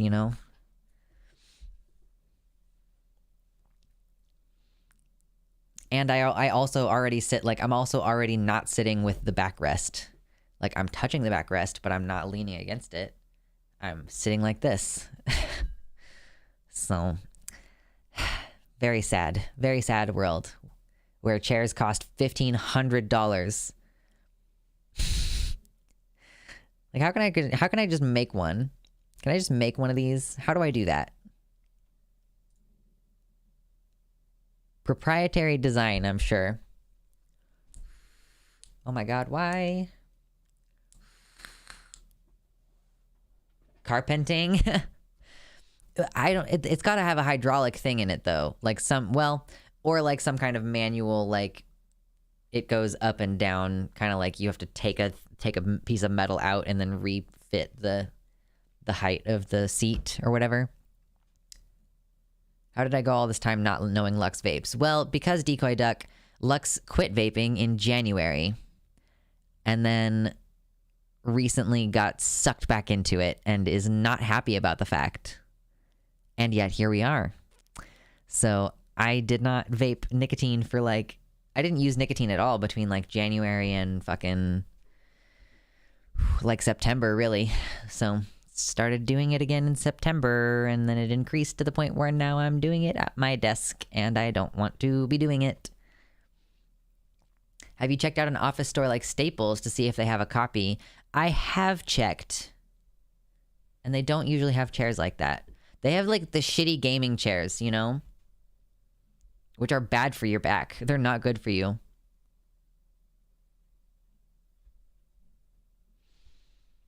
How did you survive? How did I survive not vaping? Well, I mean, I quit vaping because it made me feel bad.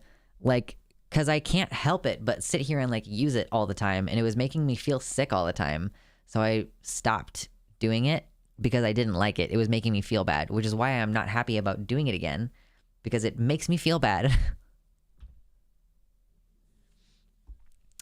A good office chair can't be beat. The mesh ones are great. But I don't sit like that. Like, I literally like do not sit like this at my desk with my fucking 90 degrees at the hips and 90 degrees at the knees. Like, it is uncomfortable. It's so uncomfortable. I'm just immediately like, oh my God, I need my legs back up here. I agree that ergonomic office chairs are designed for the purpose of keeping you in them comfortably for 8 hours. I just can't sit that way. And most of those chairs have like fucking armrests, and I need to not have armrests if I'm going to have a regular chair.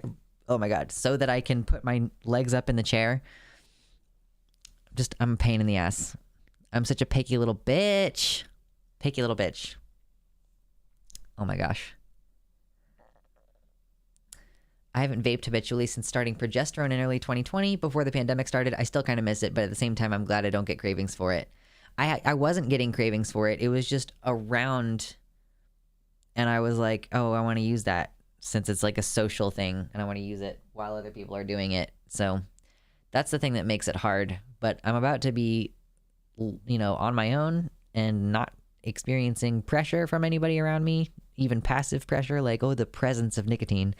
So hopefully after I get done with this bottle, I will stop. I don't know. I hope so. That's the goal. Yeah, the problem with a lot of ergonomic office chairs is that they don't allow you to switch the way you're sitting much, and more studies are showing that that's a big problem. I could see myself wanting a standing sitting desk, or maybe just to start doing tasks away from my desk that require me to stand. That's one of the good things about my job as it is that I can like stop what I'm doing and get up and like go do dishes or something and like stand for a while, or like play my guitar and be like standing while I'm playing my guitar. They're designed by neurotypical people, true. But I'm going to be getting a nice desk that's like a family heirloom thing that's supposed to be a nice sturdy wood desk. So it'll be just a sitting desk. Now I got to find some way to be comfortable seated all the time, Oh my God, I'm getting thirsty. I'm drinking more coffee.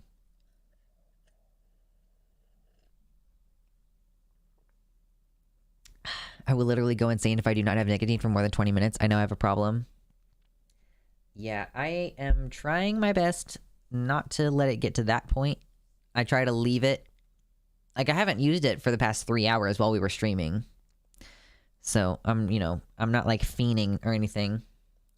It's called urge surfing. When you experience a desire to do something and you're like, I'm going to acknowledge and experience this desire and this urge, but I'm just going to ride it out and not actually do the thing. That's a type of mindfulness exercise.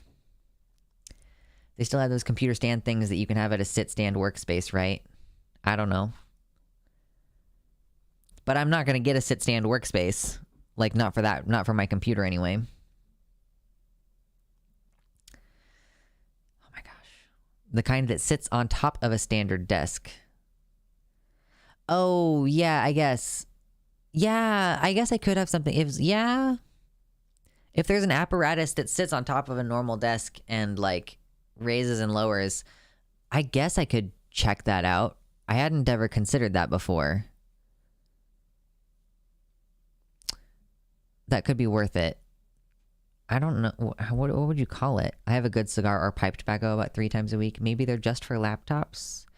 Yeah, because I have 3 monitors. Well, I mean, I only have 2 monitors right now. I'm planning to get a 3rd monitor. And it's going to be tough. It would be a lot of weight to move up and down. I don't know. I could probably build something out of wood that would work. Oh my God. Anyway, I am tired of talking. My voice is sore. I want to go back to playing Pokemon now. Y3. So this monitor right here is where I look at the news and stuff. Like, when we look at the news, that's where this is, okay?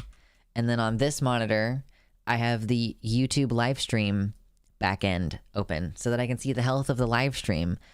I would like to also be able to see my Streamlabs open at the same time as the YouTube backend stream health stuff, instead of having to switch between those two things on the same monitor.